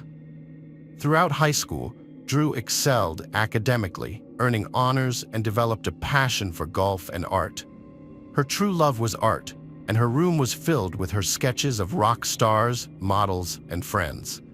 After graduating from high school, Drew attended the University of North Dakota in Grand Forks. Those who knew her described her as a lively and caring person who loved to help others. She enjoyed traveling and exploring the country, with a dream of visiting Australia. In fact, she had plans to travel there in the spring of 2004. Before the event, Drew had 2 part-time jobs to save money. She worked as a sales associate at Victoria's Secret and as a waitress at a nightclub in Grand Forks. On Saturday, November 22, 2003, Drew finished her 4 p.m. shift at Victoria's Secret in Columbia Mall. She then went shopping and bought a purse from a store. After shopping, Drew walked to her car in the parking lot and called her boyfriend, Chris Lang. During the call, Drew suddenly said, "Okay, okay," and their connection was lost. Chris didn't think much of it since their conversation wasn't important, so he didn't call her back. About 3 hours later, Chris's phone rang again. When he answered, he only heard the sound of wind and phone buttons beeping. In a later television interview, Chris recalled his thoughts when the call with Drew was interrupted. At the time, he didn't sense any urgency and didn't imagine that something terrible was happening. He thought it was just a typical cell phone disconnection. It wasn't until later that he realized the call had been cut off for a much more sinister reason. Drew didn't show up for work at a nightclub, causing her colleagues to worry. Around the same time, her friend and roommate Meg Murphy got a call from the nightclub asking about Drew's whereabouts. Meg didn't know where Drew was and started searching for her by contacting their mutual friends and the local hospital, but she didn't find any leads. By 9 p.m., with no progress, Meg contacted the police, telling them that Drew worked at Columbia Mall. The police sent an officer to the mall, but it was already closed by the time they arrived. While searching the parking lot, the officer found Drew's car. When they inspected the vehicle, they discovered it was unlocked and showed no signs of a struggle or any evidence of a crime. However, they did find a black knife sheath on the ground near the car. The car's interior showed no evidence of theft, with personal belongings including papers, a wallet, and a newly purchased purse still on the seat, indicating that robbery was unlikely to be a motive for any trouble Drew might have encountered. With Drew's friends, boyfriend, and parents unaware of her whereabouts, investigators suspected a possible kidnapping. The investigation initially focused on Chris Lang as the prime suspect, but he was quickly ruled out after it was confirmed that he had a solid alibi, having been 300 miles away in Minnesota at the time of the incident. The police obtained information from Chris about 2 phone calls he had with Drew. The first call was suddenly cut off, and the second call, which took place a few hours later, picked up background noises, including wind sounds and button pressing. The investigators went to the mall where Drew worked the next day to review the security footage. Although there were no cameras in the parking lot where Drew's car was parked, there were multiple cameras inside the mall. Upon reviewing the footage, detectives found a clip of Drew entering a store after her shift. At 4:55 p.m., she calmly purchased a purse, wearing a pink sweater and holding a jacket. After paying, she put on her jacket and left the store, calling Chris on her way out. This call was made at exactly 5 p.m. As we know, their conversation was suddenly interrupted at 5:04 p.m. after Drew said, "Okay, okay." To recreate the events surrounding Drew's disappearance, a detective conducted an experiment. He set a timer for 4 minutes, the length of the interrupted call, and walked from the store where Drew bought her purse to the parking lot where her car was parked. When the timer went off, the detective had reached the parking lot near where Drew's car was found. This suggested that something must have happened to Drew while she was at her car. The investigation was hindered by the lack of surveillance cameras in the parking lot. Despite this challenge, Drew's disappearance generated widespread media attention, prompting a massive response from the public. Alongside the police, over 1,000 volunteers joined the search for Drew, and FBI officers were also involved in the investigation. Drew's last phone call was traced to Fisher, Minnesota, a 30-minute drive from her workplace. The surrounding area is rural, with vast fields. To search for clues, police used helicopters, all-terrain vehicles, horses, and dogs to scour the fields. They also asked local landowners to check their properties, but this initial search yielded no leads. As the investigation continued, the search area expanded daily. 4 days later, a boot was found under a bridge in Crookston, a small town about 30 miles from Grand Forks, where Drew vanished. Notably, a roommate remembered Drew wearing those boots on the day she disappeared. Forensic analysis later confirmed the boot belonged to Drew. In the Crookston area, further searches yielded no new leads, so the investigation turned its focus back to the Columbia Mall surveillance footage. This time, detectives scrutinized hundreds of hours of footage from various cameras, searching for signs of the abductor. They suspected that the person responsible might have been following Drew and could be visible in the footage. After hours of monitoring, the investigators identified a suspicious individual. The man was seen wandering aimlessly around the mall, not purchasing anything, and appeared more interested in observing the people around him than the products on sale. At 3:41 p.m., he sat down on a bench near the mall exit, continuing to watch people pass by. About 10 minutes later, he got up and walked away, wearing black gloves on his hands. After observing the man stand up and leave his seat, investigators made a crucial connection that he only did so when a blonde woman, pushing a grocery cart, walked by him and headed towards the parking lot. The detectives were convinced that this was not a mere coincidence, but rather the man had deliberately selected a potential target and was now following her. The police had no leads on the mysterious woman who was almost kidnapped at the mall, but Drew Shoden was the only person who vanished that day. Given their resemblance, it's possible the kidnapper had a specific type in mind, and so Drew was the next target. Drew left the mall around 5 p.m. when it was already dark, which could have made it easier for the perpetrator to strike. The investigation focused on 3 key locations: Grand Forks, where Drew was kidnapped; Fisher, where her phone was last active; and Crookston, where one of her shoes was found. The FBI reviewed the files of all registered sex offenders in these areas, comparing their photos to the image of the suspicious man from the mall. The only individual who fit the description was Alfonso Rodriguez Jr., a man with a criminal record marked by repeated offenses against women. Alfonso Rodriguez Jr., now 50, has spent 23 years in prison. He was born in Laredo, Texas, in 1953 to migrant worker parents. He was the second of 5 children. Rodriguez described his childhood as unhappy, citing his parents' excessive criticism and unreasonableness. For 15 years, his family moved from state to state before settling in Crookston in 1963. As he grew older, Rodriguez became increasingly isolated, partly due to language barriers. As a Spanish speaker, he struggled with English, making school challenging. He dropped out in the 9th grade and began working as a laborer at the American Crystal Sugar Company plant in Crookston. Rodriguez alleged that he was molested by older women during his youth, which he believed sparked his hostility towards women. In 1974, at 21, he asked a woman for a ride home, but instead took her to a driveway in Crookston, where he attacked her, grabbing her throat and trying to force her into submission. The following month, Rodriguez targeted another woman who was sitting in a parked truck outside a movie theater in Crookston. He threatened her with a knife and instructed her to follow him to a secluded rural area where he sexually assaulted her.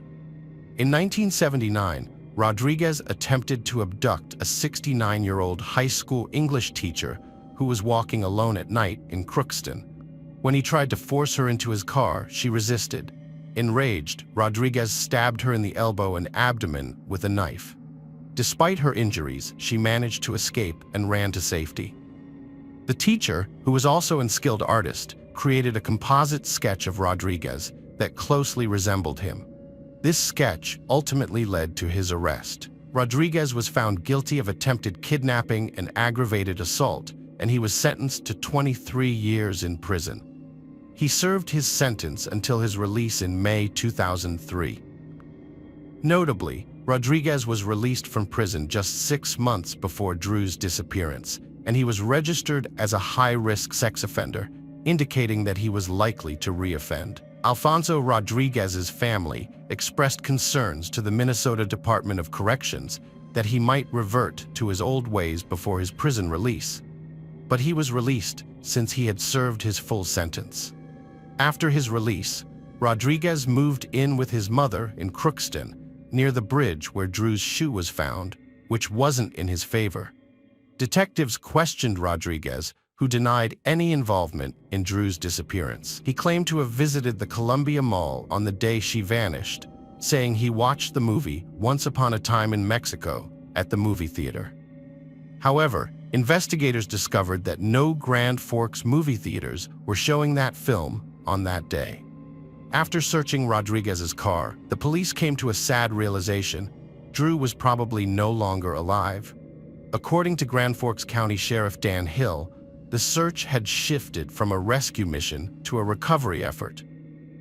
In the interior of Rodriguez's car, forensic experts discovered dark red stains in several areas, which were later confirmed to be Drew's blood.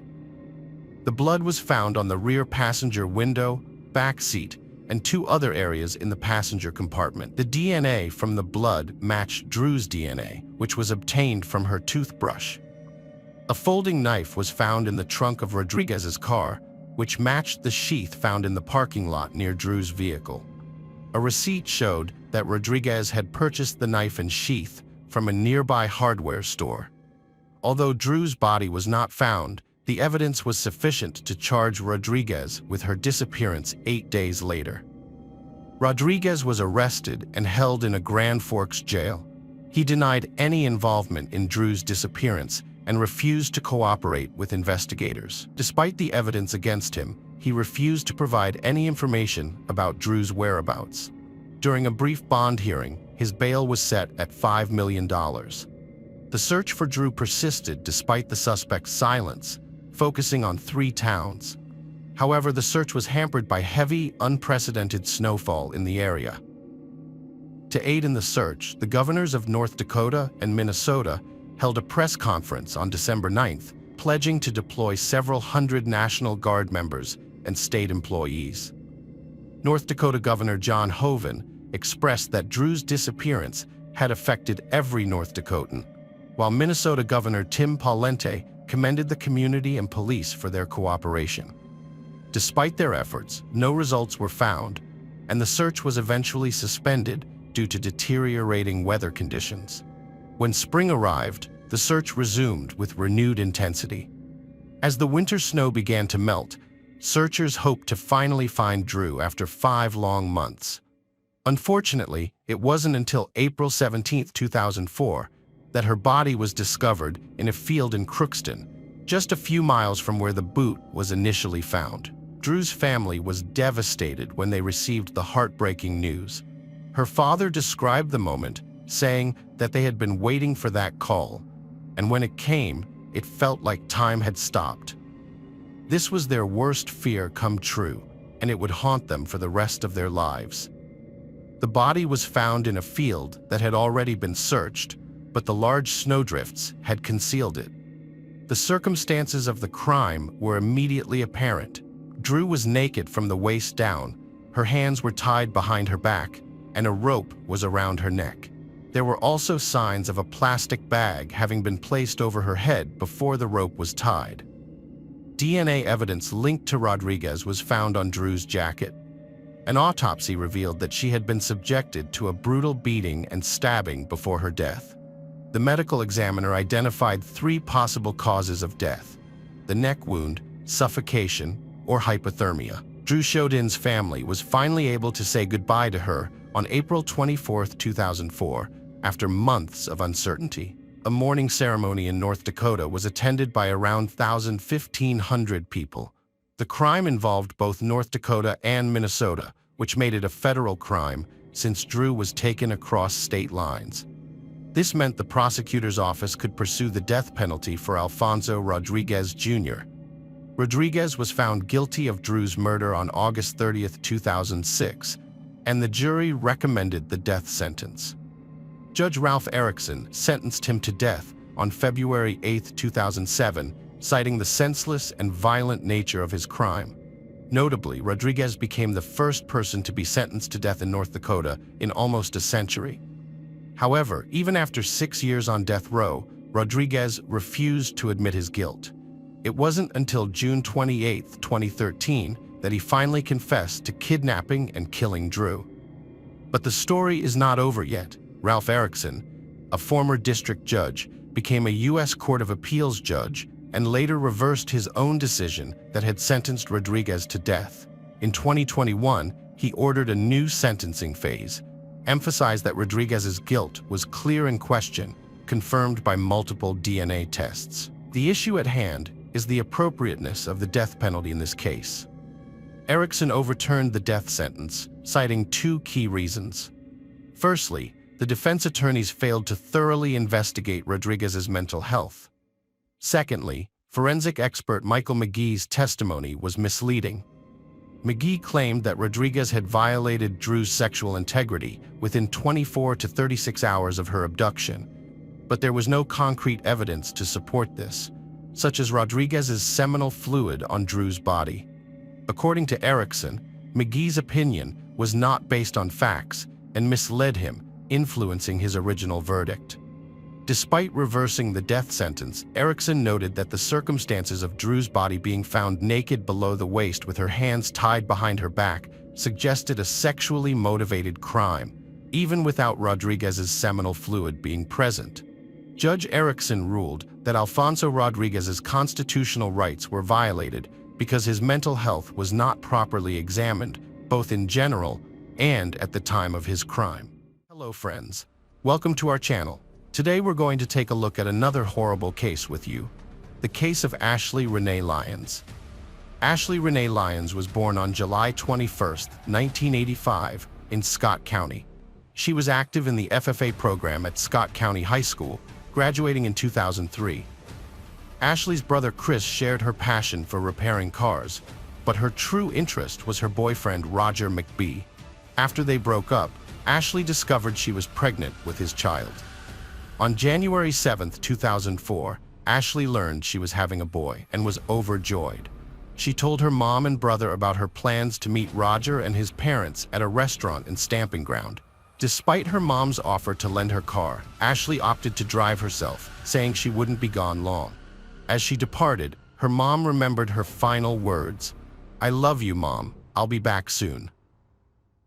That evening, Chris received a call from Roger, who couldn't meet with Ashley and had tried calling her but didn't get an answer. When Ashley didn't return home by 8 p.m. and didn't answer her mother's calls, Carol started to worry. She called Roger's mother and learned the meeting had been canceled, sparking a frantic search for Ashley. Chris and his father searched for her, eventually checking Scott County Park, one of Ashley's favorite places. Ashley often visited Scott County Park with her boyfriend Roger, and later she would feed the ducks there on her own. The park is about 10 miles from Stamping Ground. One day, Chris and his father were driving around the park when they saw a car that looked like Ashley's. As they got closer, they realized it was indeed her car, with the engine running and the lights on. When they approached the car, Chris saw that the driver's side window was down, and Ashley was sitting inside with her head down. She was wearing a seatbelt but was unresponsive. Chris opened the door, shook her, and hoped she was just sleeping. But when he looked at his hand, he saw blood. He immediately called 911. Sadly, by the time Chris called for help, Ashley had already passed away, and the doctors couldn't save her. The devastating news soon reached Ashley's mom, who was overwhelmed with grief. The investigators arrived at the crime scene, and since Ashley's death was a result of a crime, her body remained in the car until the evidence was collected. At the scene, investigators found the car's engine running, the heater and radio on, and the driver's side window rolled down. A quick examination revealed the cause of Ashley's death. 3 9mm shell casings lay on the ground beside the car, and Ashley had sustained gunshot wounds to the head and neck. Despite a thorough search, the police were unable to find the murder weapon in the park. The unusual circumstances of the shooting suggested that Ashley was familiar with her killer. The fact that the window was down on a chilly night was suspicious, and the position of Ashley's body indicated that she had not attempted to defend herself or escape. From these clues, investigators concluded that Ashley knew her killer. The crime scene revealed that Ashley's wallet and phone were still in the car, leading investigators to quickly rule out robbery as a motive.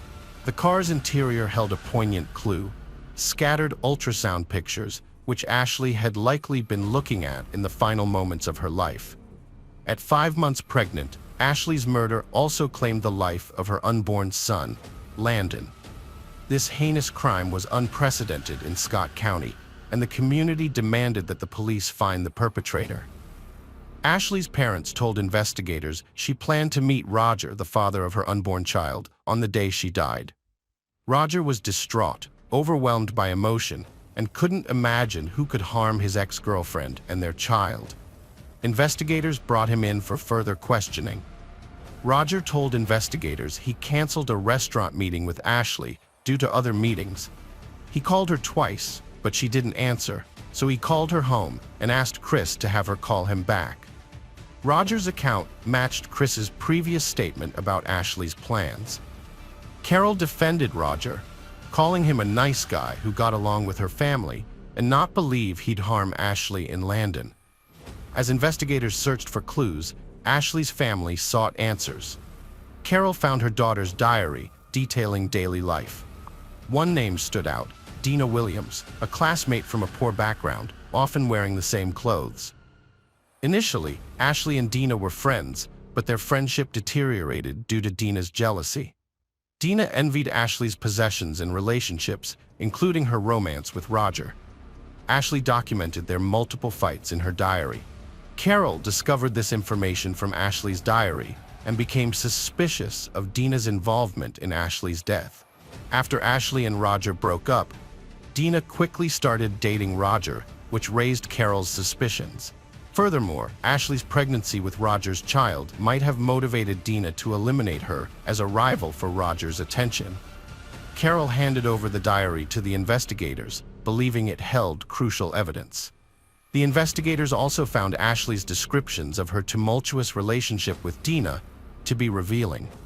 As a result, Dina was brought in for questioning at the police station, where she denied any role in Ashley's death. Dina, who worked at a bank, told investigators that she had an alibi for the evening of the crime. She was at an office party. Although she openly expressed her dislike for Ashley, especially because of her pregnancy, the lack of sentiment towards Ashley's death wasn't enough to detain her, so she was let go. The ballistic examination results revealed that the shooter was likely around 5 feet 10 inches tall. Since Dina was only 5 feet 5 inches tall, it seemed unlikely that she was the perpetrator.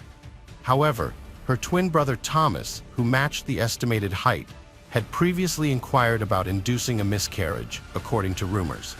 Moreover, people claimed that Thomas would do anything his sister asked. The investigators questioned Thomas, but he denied any involvement, and without evidence, they had no choice but to release him. Investigators' search for clues continued as Ashley's family prepared for the funeral, grappling with the unimaginable pain of losing 2 loved ones. During the autopsy, the fetus was removed from Ashley's body. Ashley and Landon were laid to rest together, a heart-wrenching gesture. The fact that the perpetrator remained at large added to the family's devastation. Ashley's parents offered a $3,000 reward, later increased to $5,000, for any information that could help catch their daughter's killer. This led to a flood of calls from people who thought they might have helpful information. One call in particular stood out. A woman who lived near the park where Ashley was shot reported that she might have seen the perpetrator. She described seeing someone running out of the park, jumping over a fence, and then getting into a red Chevrolet pickup truck that was waiting with its engine running. The truck sped away soon after. This crucial eyewitness account suggested that there might be more than one person involved in Ashley's murder, and that investigators should be looking for at least 2 suspects. The discovery of the red pickup truck led everyone who knew Ashley to suspect Roger, since he owned a similar vehicle. The police promptly took Roger's truck into custody and conducted a thorough search, but unfortunately, they found no incriminating evidence inside. The investigators decided to re-interview Dina and her brother Thomas. They started by questioning Thomas, who initially denied any involvement. However, after learning that a witness had placed Roger's pickup truck at the crime scene, Thomas became more cooperative. When asked if he knew who killed Ashley, he quickly replied that it was Roger McBeath. Thomas eventually made a deal with the investigators, trading his cooperation for a lighter sentence. He confessed to providing the gun to Roger, who then used it to shoot Ashley. Thomas also revealed that Roger had disposed of the weapon in Elorn Creek. After an extensive 6-hour dive search, the police finally found the gun, which was later confirmed through ballistics testing to be the murder weapon. The investigators initially suspected Dina of being the shooter, but they soon ruled her out due to a discrepancy in height. However, during further questioning, Dina revealed that she was the getaway driver on the night of the crime. This led to the arrests of Roger McBeath, Dina Williams, and her twin brother Thomas. It was clear that Roger was motivated by his desire to avoid becoming a father. Ashley, on the other hand, was excited to become a mother and had the full support of her family. Roger devised a sinister plan to eliminate the problem. He lured Ashley to Scott County Park under the pretense of a meeting with his parents at a nearby restaurant. Dina drove him to the park, where he approached Ashley's car with a gun. As Ashley rolled down her window to show him ultrasound pictures, Roger shot her 3 times, killing her and their unborn child. He then fled the scene in the pickup truck, escaping with Dina's help. The perpetrators stopped and got rid of the gun by throwing it into the river. Roger McBeath denied any involvement. Thomas Dina, on the other hand, was sentenced to 7 years in prison for his role in the crime. As part of his plea deal, Dina admitted to accepting $11,000 from Roger to harm Ashley and cause her to have a miscarriage. Although the plan was never carried out, Dina agreed to give Roger the gun used in the murder, according to court records. In 2005, Dina Williams pleaded guilty as part of a plea deal. The prosecutors recommended that she serve a total of 20 years in prison, making her eligible for parole after serving 17 years of her sentence. Prosecutors planned to call witnesses who would testify that Dina wanted Ashley dead, conspired with Roger to poison her, and even offered $1,000 to cause a miscarriage. When these plans failed, they turned to more extreme measures. Dina claimed her public defender warned her she'd likely be found guilty. She was distressed, saying she pleaded guilty to something she didn't do. Dina admitted driving Roger to the park, but said she drove around the subdivision while they met and later returned to pick him up. During her drive, a woman heard 3 gunshots, but at the time, she didn't know what they were. Dina, who was involved in the events, stated that Roger had planned something without her knowledge. Later, he called Ashley on his phone, telling her he loved her and was sorry he missed meeting her at the park. The jury listened to a recording of this message during Roger's trial. According to Dina, when she left the park, Roger never mentioned that Ashley was dead. Dina also claimed that she didn't report the incident to the police because she was afraid of Roger, who she said was abusive towards her.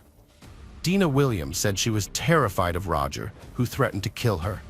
She expressed regret and sympathy for the Ashley family. However, Roger's parents disputed her testimony, calling her a compulsive liar who acted impulsively.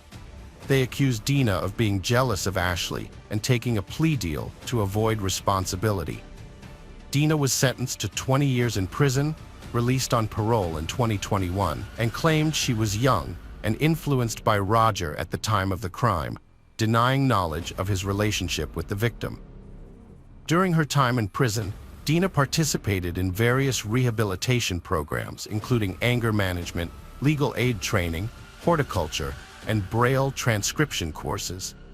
Roger's initial murder conviction was overturned in 2009 by the Kentucky Supreme Court due to illegally obtained evidence. The court ruled that prosecutors had used evidence from an unauthorized jail informant who had engaged in casual conversations with Roger, hoping to elicit incriminating statements. The informant had exceeded his authorized role, leading to the conviction being overturned. Roger later pleaded guilty to being an accomplice to murder and tampering with evidence, and was sentenced to 42 years in prison, with the possibility of parole in 16 years. He also received a concurrent 5-year sentence for evidence tampering. At his 2023 parole hearing, Roger expressed remorse for his actions, stating that he didn't deserve parole and was truly sorry for what he had done. He wanted to apologize to the family of Ashley Lyons, the mother of his child, whom he had loved deeply. Although he acknowledged his daily regret, his parole eligibility was declined and the hearing was discontinued. Roger remains in prison. In memory of Ashley, an angel garden with ceramic angel statues has been created at Scott County Park, where she tragically died. After Ashley's death, Carol and her husband Buford Lyons worked to pass a law that recognizes violence against a pregnant woman as 2 separate crimes, one against the woman herself and another against her unborn child. This law was passed at both the state and federal levels. Hello friends, welcome to our channel. Today we're going to take a look at another horrible case with you, the case of Vera Pekteleva. Vera Pekteleva was born on September 24, 1997, in Kelos, Kovo Oblast. She grew up to be a cheerful, creative, and talented individual who excelled in singing competitions during her school years. Despite her parents, Oksana and Yvonne, divorcing while she was still in school, Vera maintained a good relationship with both of them and their new partner. People who knew her described Vera as kind, positive, and avoiding conflict. After graduating from high school, Vera surprised her family by enrolling in the State Technical University in Kovo instead of pursuing a career in the arts. Her mother, Oksana, lived in Kisilov, about 110 miles from Kovo, and Vera would visit her during her free time. During one of these visits in 2016, Vera met Vladislav Kanyus, a young man her age. Vladislav was her opposite in many ways. He lacked direction, was introverted, and had a quick temper. He had dropped out of school after 9th grade and came from a troubled home. His mother had abandoned the family, leaving him to live with his father, who had legal problems and eventually took his own life in front of Vladislav. This traumatic experience had a lasting impact on Vladislav's life. Vera and Vladislav's relationship was unlikely, as they had little in common. Despite this, Vera fell in love with him.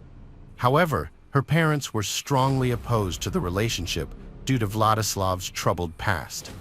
They wanted a better life for Vera and disapproved of her choice. Vera's mother, Oksana, stated that they waited for Vera to end the relationship, but instead, she stopped talking about Vladislav with them. Vladislav was never invited to family gatherings and did not appear in Vera's social media photos, making it seem like she was hiding him. In 2019, Vera and Vladislav moved in together in Kovo, with her parents helping to pay for the apartment. Although Vladislav was unemployed and had no intention of changing that, he enjoyed living with Vera, who was beautiful, smart, and financially stable. As a result, she supported him. The relationship was tense, and Vladislav's alcohol abuse was a major concern. Vera's parents suspected that Vladislav was physically abusing her as well. Vera ended her toxic relationship with Vladislav in November 2019 with the help of her parents, who assisted her in paying for a new apartment. Logically, Vladislav should have moved out, but he refused to do so, as he enjoyed living at someone else's expense. According to Vladislav's testimony, he and Vera had a fight on December 15, 2019, because he wanted to go to a nightclub, but she declined. Vladislav claimed that during their relationship, Vera began to distance herself from him, often traveling to Kelos, and eventually admitting to communicating with someone else. Keep in mind that this is Vladislav's testimony, and it's up to you to decide how credible his words are. According to Vladislav, a month before their breakup, Vera told him she was leaving him. Later, he found out from a mutual friend that she was already seeing someone else, a guy named Alexander from Selos. He didn't know Alexander personally. After learning this, he wanted to talk to Vera about it. They were still living together in the same apartment at the time. On December 15, 2019, they had a fight and she left, taking some of her things with her. Even though they weren't together anymore, they stayed in touch by phone. On January 12, 2020, he called Vera and offered to help her move her remaining belongings to a new place. She agreed, and they planned to meet up the next day to do the move. When January 13th came around, Vera showed up, and they packed up both her stuff and his, since he was planning to move out of the apartment too.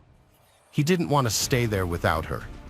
On January 13th, 2020, Vladislav and Vera consumed beer, lure, and vodka while packing. They both became intoxicated.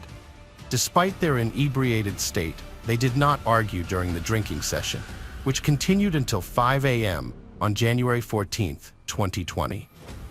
However, a conflict emerged when Vladislav brought up their relationship and suggested they get back together. He also confronted her about seeing another guy, which Vera denied. This led to an altercation, during which Vera became aggressive, swearing, insulting, and physically attacking Vladislav. She kicked him in the groin area at least 5 times and slapped him in the face at least 8 times. Although he didn't feel pain from the slaps, the kicks caused him physical discomfort. Vladislav claimed that Vera's aggression was triggered by his discovery of her infidelity, which made him angry. Vera, on the other hand, accused him of prying into her personal life and continued to insult him. This is the version of events as told by Vladislav to the police. However, there are reasons to believe that Vladislav's testimony may not be entirely truthful. Vera was determined to move out of the apartment she shared with Vladislav and wanted no part in drinking with him. She asked her friend to assist her with the move and sent a voice message at 5:08 p.m., saying she was already packing her belongings and would be at her new apartment by 6 p.m. She requested her friend's help in transporting her belongings from the taxi to the new apartment. However, just 3 minutes later, Vera sent another voice message inviting her friend to come to her current apartment to help with the move. But before she could finish, Vladislav intervened, stating that no one was allowed in the apartment, effectively blocking her friend from coming. The situation was escalating, and at 5:15 p.m., Vera sent a quiet, low-voiced message to her friend, seemingly a distress call, as she attempted to keep it from Vladislav's ears. 10 minutes later, at 5:25 p.m., Vera sent another voice message, but this time Vladislav's voice could be heard, instructing Vera's friend not to bother them and to wait for Vera to text her. By 7:19 p.m., Vladislav had taken control, sending a voice message himself. From that point on, Vera was silenced, and her friend no longer heard from her. It seemed that Vera was trapped alone with Vladislav. The night took a dark turn when, at around 3 a.m., the neighbors on the same floor were awoken by blood-curdling screams coming from apartment 738. A bystander described the unfolding tragedy as a massacre. The screams from the apartment were so loud that 15 people, including Vladislav's brother, gathered in the hallway. Vladislav's brother recalled his brother's previous threats to harm Vera and realized they needed to intervene. Since the door was made of iron, the neighbors searched for tools to pry it open. Meanwhile, Vera's desperate cries for help continued to echo from the apartment. The bystanders called the emergency service multiple times, but their calls were ultimately part of a separate investigation. Despite the repeated calls, the police failed to arrive for 30 minutes until 6:30 a.m. During this agonizing period, the neighbors made 7 emergency calls, but no help came. The last words they heard from Vladislav were, "Vera, forgive me, I love you very much." Finally, the neighbors found a crowbar in a nearby parking lot and broke down the door. Tragically, they found Vera dead, and Vladislav, who was heavily intoxicated in the bathroom. Meanwhile, the 112 operators were indifferent to the emergency calls, chatting, laughing, and drinking tea, complaining about being disturbed as Vera lay dying at the hands of her former boyfriend. The police did not arrive at the scene until after Vera's death had been reported. They later justified their delayed response by claiming that one of their patrol cars had no gas and that all available officers were busy handling other emergency calls. As a result, the operators who handled the 112 emergency calls and the police officers on duty that night were also put on trial. A police station video was made public, showing officers displaying a shocking lack of urgency. Vladislav Kanyus initially claimed that he and Vera didn't have any conflicts until 5 a.m., but forensic evidence disputed this, showing that he had lied. In reality, Vera's first injury occurred around midnight, which meant that Vladislav had brutally beaten and injured her for 6 hours before she eventually died. The autopsy results were shocking, revealing a total of 100 injuries on Vera's body, including stab wounds, a broken nose and ribs, and evidence of strangulation around her neck. The community was outrageously upset, and more than 1,000 people attended her funeral, exceeding the church's capacity. Vera's mother, Oksana, was left devastated by the unrecognizable state of her daughter's body, which required an extensive 4-hour restoration process at the funeral home. At the same time, Vladislav was providing a false account to investigators, trying to downplay his role in the vicious crime. The indictment alleges that the police officers were negligent in their response to the situation. They had access to gasoline, but even if they didn't, they should have taken necessary steps to resolve the issue. However, they didn't treat the situation as urgent and failed to take prompt action. Furthermore, the 2 police officers refused to cooperate with the investigation and denied any wrongdoing. Their defense was that when witnesses reported the screams and cries for help, the investigation team was already occupied at a different location where a corpse had been discovered earlier. In 2022, Vladislav Kanyus was sentenced to 17 years in prison after admitting partial guilt. He was also ordered to pay $45,000 in compensation. Vera's parents were shocked by the leniency of the sentence and planned to appeal. However, Vladislav didn't serve his full sentence. In April 2023, it was discovered that he had received a presidential pardon after serving just 6 months in prison. Furthermore, photos of him in military uniform surfaced online in November 2023. Vladislav Kanyus, the person responsible for Vera's death, was not only pardoned but also relieved of the obligation to pay compensation to her parents. The news sparked widespread outrage in Russia. The press secretary of the Russian president explained the pardoning procedure, stating that it involves a series of steps. First, the convict must confess to their crime. Then, the request for pardon is reviewed at multiple levels, including the Federal Bureau of Prisons, Regional, Federal District, and Central Commission, before reaching the president. Alternatively, convicts can also redeem themselves by fighting on the battlefield, where they risk their lives under fire. This alternative path to redemption is difficult to accept, especially for Vera's parents, who were devastated to learn that Kanyus was free to start anew while their daughter would never have that chance. Hello friends, welcome to our channel. Today we're going to take a look at another horrible case with you. The case of Jaden Parkinson. Jaden Parkinson was born on September 26, 1996 in Folkestone, UK, as the youngest of 3 siblings in a troubled family. Her parents' relationship was marked by discord. Jaden's mother, Samantha, recounts that her children were exposed to unsettling experiences. When Jaden was just 7 years old, her parents divorced, and she initially lived with her father. Despite this, she maintained a close bond with her mother, with whom she would talk every night over the phone. As Jaden entered her teenage years, her lifestyle became increasingly turbulent. According to Samantha, Jaden's father gave her excessive freedom, which led to her involvement with a crowd that encouraged smoking and alcohol consumption. Jayden would periodically live with her father and then with her mother. At the age of 13, she ran away from home, seeking refuge with her mother and expressing a desire to live with her. Ultimately, the family court ruled in favor of Jayden's wish, allowing her to stay with her mother. Jayden had a difficult time at school, often clashing with teachers and resenting attempts to control her behavior.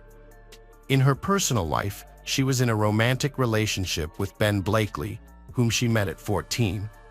Despite their significant age difference, Ben was 20, Jayden's mother was unable to intervene. Initially, Jayden and Ben's relationship was loving and romantic, but it gradually became strained and controlling. Ben exerted significant influence over Jayden's life, dictating her appearance, including what clothes she wore and whether she wore makeup. He also isolated her from her family and friends, causing Jayden to move out of her mother's house and into a hostel for women escaping domestic violence. Ben exerted total control over Jayden's life, despite being banned from her hostel. They frequently argued, and the hostel staff were even warned about Ben's aggressive behavior towards her. Jayden was trapped, needing his permission to do anything. Ben took away her phone, convincing her that she only needed him and his love. Ben dictated who Jayden could talk to, forbidding her from interacting with men. He monitored her social media, and she eventually stopped attending school. His grip on her life was so tight that he even restricted her from leaving her room to use the toilet. Jayden's daily phone calls with her mother dwindled to just 1 or 2 conversations per month. Jayden's mother, Samantha, pleaded with her to return home and end the toxic relationship, but Jayden refused. Ben's control over Jayden was both psychological and physical. She was often seen with bruises on her face. On November 30th, 2013, Jayden called her mother to reveal that she was pregnant. Jayden hoped that having a child would change Ben's attitude towards her and his lifestyle for the better. She thought the baby would bring them closer together and that Ben would go back to being the person she fell in love with. However, Ben did not live up to her expectations. Instead, he revealed his true nature once he had complete control over Jayden. He manipulated her into isolating herself from her friends and family, making her financially dependent on him. He even went so far as to restrict her movements, not allowing her to leave her room, even to use the toilet. Meanwhile, Ben was dating other girls behind her back, controlling them psychologically and physically as well. When Jayden's mother, Samantha, found out about her pregnancy, she asked Jayden to come back home, but Jayden refused, not wanting to cause her mother any more trouble. When Jayden told Ben about her pregnancy, he became angry and denied being the father of her child. Before she vanished, Jayden was being threatened by Ben, who claimed he would post intimate photos and videos of her on social media. In the days leading up to her disappearance, Jayden reported Ben to the authorities, fearing he would follow through on his threat. At the time, Ben possessed 30 explicit photos and 13 videos of Jayden, which she desperately wanted to keep private. On December 3rd, Jayden failed to return to her hostel, prompting staff to launch a search. Given their awareness of Jayden's personal issues, they contacted her mother, Samantha, by phone, but she was unable to provide any information about her daughter's whereabouts. A missing persons report was filed with the police just after midnight on December 4th, 2013. After learning about Jayden's tumultuous personal life, investigators reached out to Ben to see if he had any information about her disappearance. However, he was hostile and hung up on them multiple times, claiming he couldn't assist and had no idea where Jayden might be. Jayden had a troubled upbringing and frequently clashed with her family, even running away from home on several occasions. Given this history, her initial disappearance didn't raise immediate red flags during the investigation. On December 4th, police arrested Ben Blakely, but it wasn't related to Jayden's disappearance. Instead, Jayden had previously reported Ben to the police, fearing he would post intimate photos of her online. The investigators who spoke with Ben were unaware that he was also a person of interest in Jayden's disappearance case. After being arrested, Ben denied plans to share Jaden's photos online and was released on bail that same day. Samantha, Jaden's mother, took action by distributing flyers with her daughter's picture and using social media to raise awareness about her disappearance, hoping someone had information about her whereabouts. Meanwhile, the police reviewed surveillance footage to track Jaden's last known movements.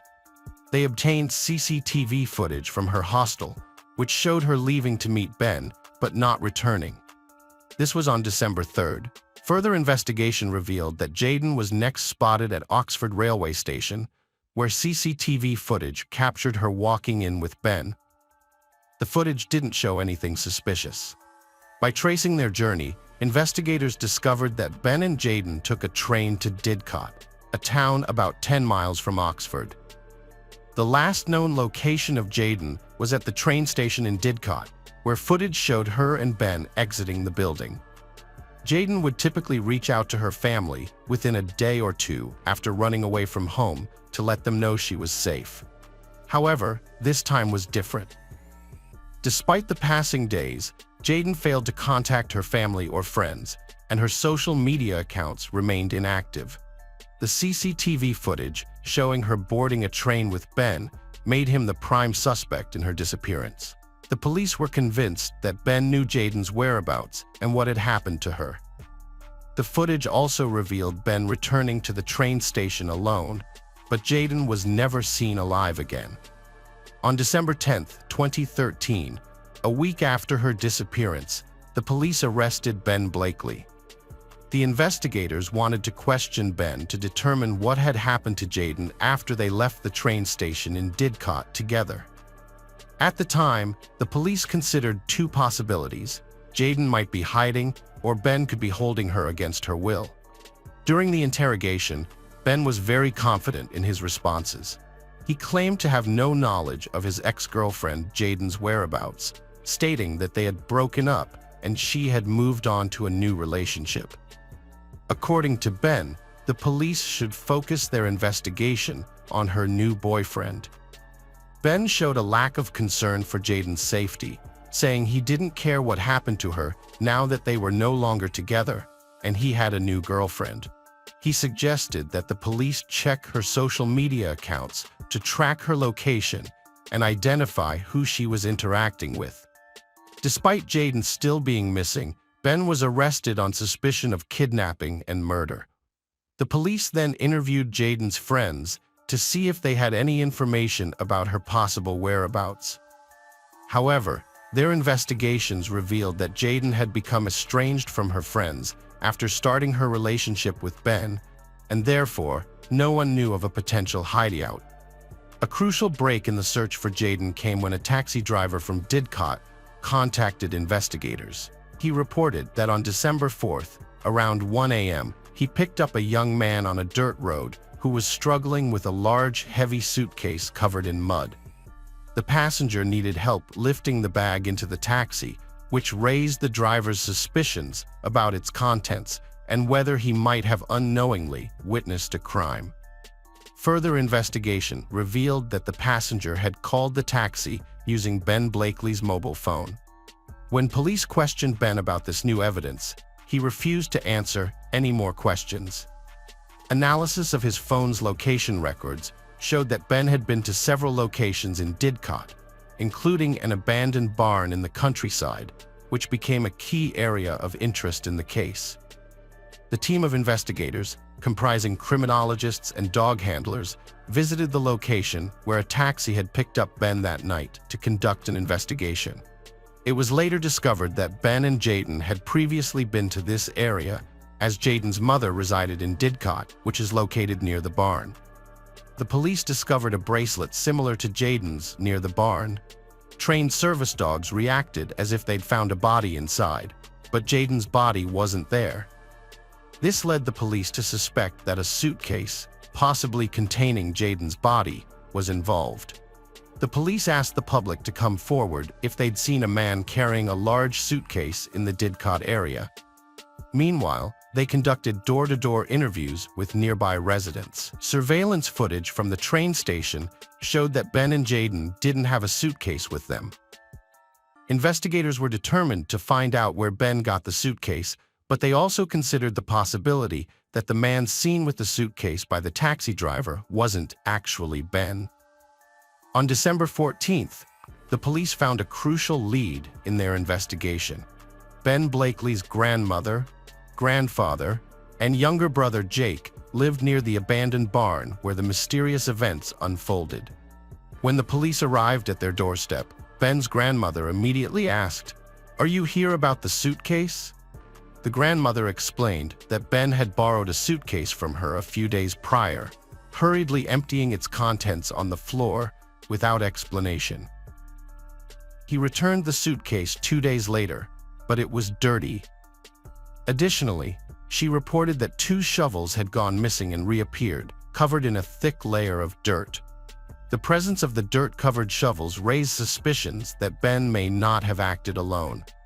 Moreover, Jake, Ben's 17-year-old brother, was revealed to be a friend of Jayden's, which hinted at a potential connection between them. Witnesses reported seeing Ben and Jake riding dirt bikes together around the time the police were searching for Jayden. The police arrested Jake Blakely on suspicion of being involved in the crime. They sent the suitcase Ben had returned to his grandmother's barn to a laboratory for analysis to see if it had any traces of Jayden's DNA. Based on the evidence, investigators developed a theory that Jayden was killed in an abandoned barn, then placed in a suitcase and taken to another location where she was buried. However, searching the vast fields surrounding Didcot made finding her body a daunting task.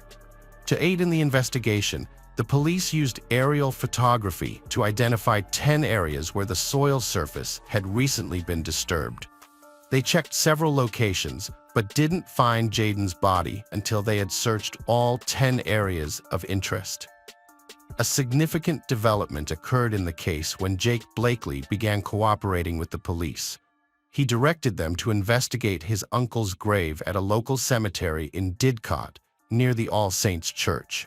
Although the cemetery was one of 10 locations that had recently shown signs of surface disturbance, it was initially considered a low priority since such changes are not unusual in a cemetery setting. However, after receiving a note from Jake Blakely suggesting that Jayden's body might be buried in his uncle's grave, the police cordoned off the cemetery. This was a completely new and unprecedented tactic in hiding a victim's body, and it drew widespread media attention. Ben and Jake Blakely's uncle had been buried in 2006, and the forensic team set up a tent in the cemetery to conduct their investigation. After some time, they made the grim discovery. Jayden's body was found in the grave, naked, with no clothes or jewelry present. This was the first time in the country that a victim's body had been hidden in an existing grave. An examination by forensic experts revealed that Jayden was beaten before her death, with evidence of strangulation and finger marks on her neck. The official cause of death was asphyxia, as determined by the pathologist. While in prison awaiting trial, Ben Blakely had a change of heart after speaking with the prison chaplain. He wrote a letter, along with his lawyer, admitting responsibility for Jayden's death. Ben claimed that the crime was not planned, stating that he pushed Jayden during an argument, causing her to fall from a nearby bridge. He attempted to revive her but was unsuccessful. Initially, he buried her body in one location, but later moved it to his uncle's grave in the cemetery. However, the autopsy contradicted his story, showing blunt force injuries to her face and asphyxia as the cause of death, with no signs of a fall from a height. It meant Ben Blakely was dishonest to avoid responsibility for his actions. However, the truth came to light during the trial, which started on June 23, 2014, after Jayden's father had passed away due to heart problems. Blakely showed no remorse for taking the lives of Jayden and her unborn child. Instead, he behaved defiantly, shouting insults and displaying his indifference. Throughout the 4-week trial, it became clear that Blakely was a violent and controlling boyfriend. 3 of his ex-girlfriends testified that he had been abusive to them, taking their phones, hitting them, and choking them if they answered back, or if he suspected them of cheating. Blakely's short temper was on full display during the trial. He frequently outbursted in anger, using foul language in the courtroom and shouting at the prosecutor, Richard Leem. The judge repeatedly warned him about his behavior, but it was too much for Jaden's mother and other family members, who were often forced to leave the courtroom in tears. Judge Patrick Eccles was shocked by Ben's behavior, so he sent him to the cells and continued the trial without him for a day. Although Jake Blakely is under 18, Judge Eccles allowed his name to be published because it was in the public's best interest. Jake has admitted to trying to disrupt the legal process, but claimed he thought he was burying weapons or dead animals at the time. Ben promised his sibling Jake an Xbox and £100 to commit the crime. CCTV footage showed Ben and Jaden taking a train to Didcot, then Jake returning alone, hiding his face. The prosecutor said it was a planned crime, with Jake luring Jaden to a secluded spot to kill him. Blakely took Jaden to an abandoned barn in another town after finding out she was pregnant, likely because he wanted to control her and didn't want to become a father. Jaden wanted to start a new life, but Blakely wouldn't let her go. Jaden's mother, Samantha, supported creating a domestic violence registry in an interview with Sky News. She recalled how Blakely manipulated and controlled Jaden, getting money from her, and said she thought she was his target, not Jaden. The jury deliberated for 20 hours before reaching a verdict. Ben Blakely was guilty of intentionally killing Jaden Parkinson. The judge emphasized that Jake Blakely's abusive behavior towards Jaden involved physical and emotional mistreatment during their relationship. Blakely controlled every aspect of Jaden's daily life, taking away her phone to isolate her from others. When she was living at a hostel, he forced her to stay in her room, even restricting her access to the bathroom. The judge pointed out that Jaden was deeply emotionally attached to Blakely, making it challenging for her to break free from the toxic relationship. Finally, in November last year, Jaden found the courage to end the relationship.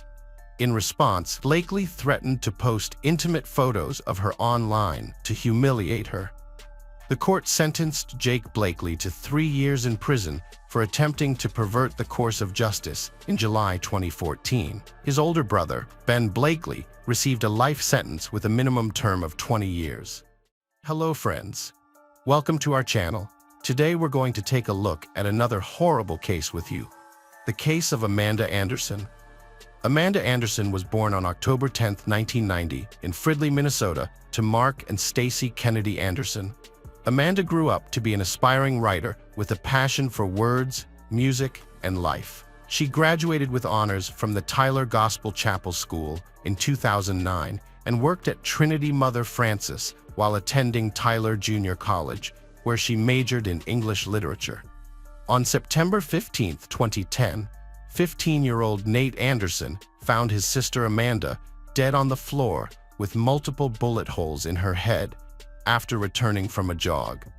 He had gone out to clear his head while doing homework, but became stressed and returned to find the door kicked open.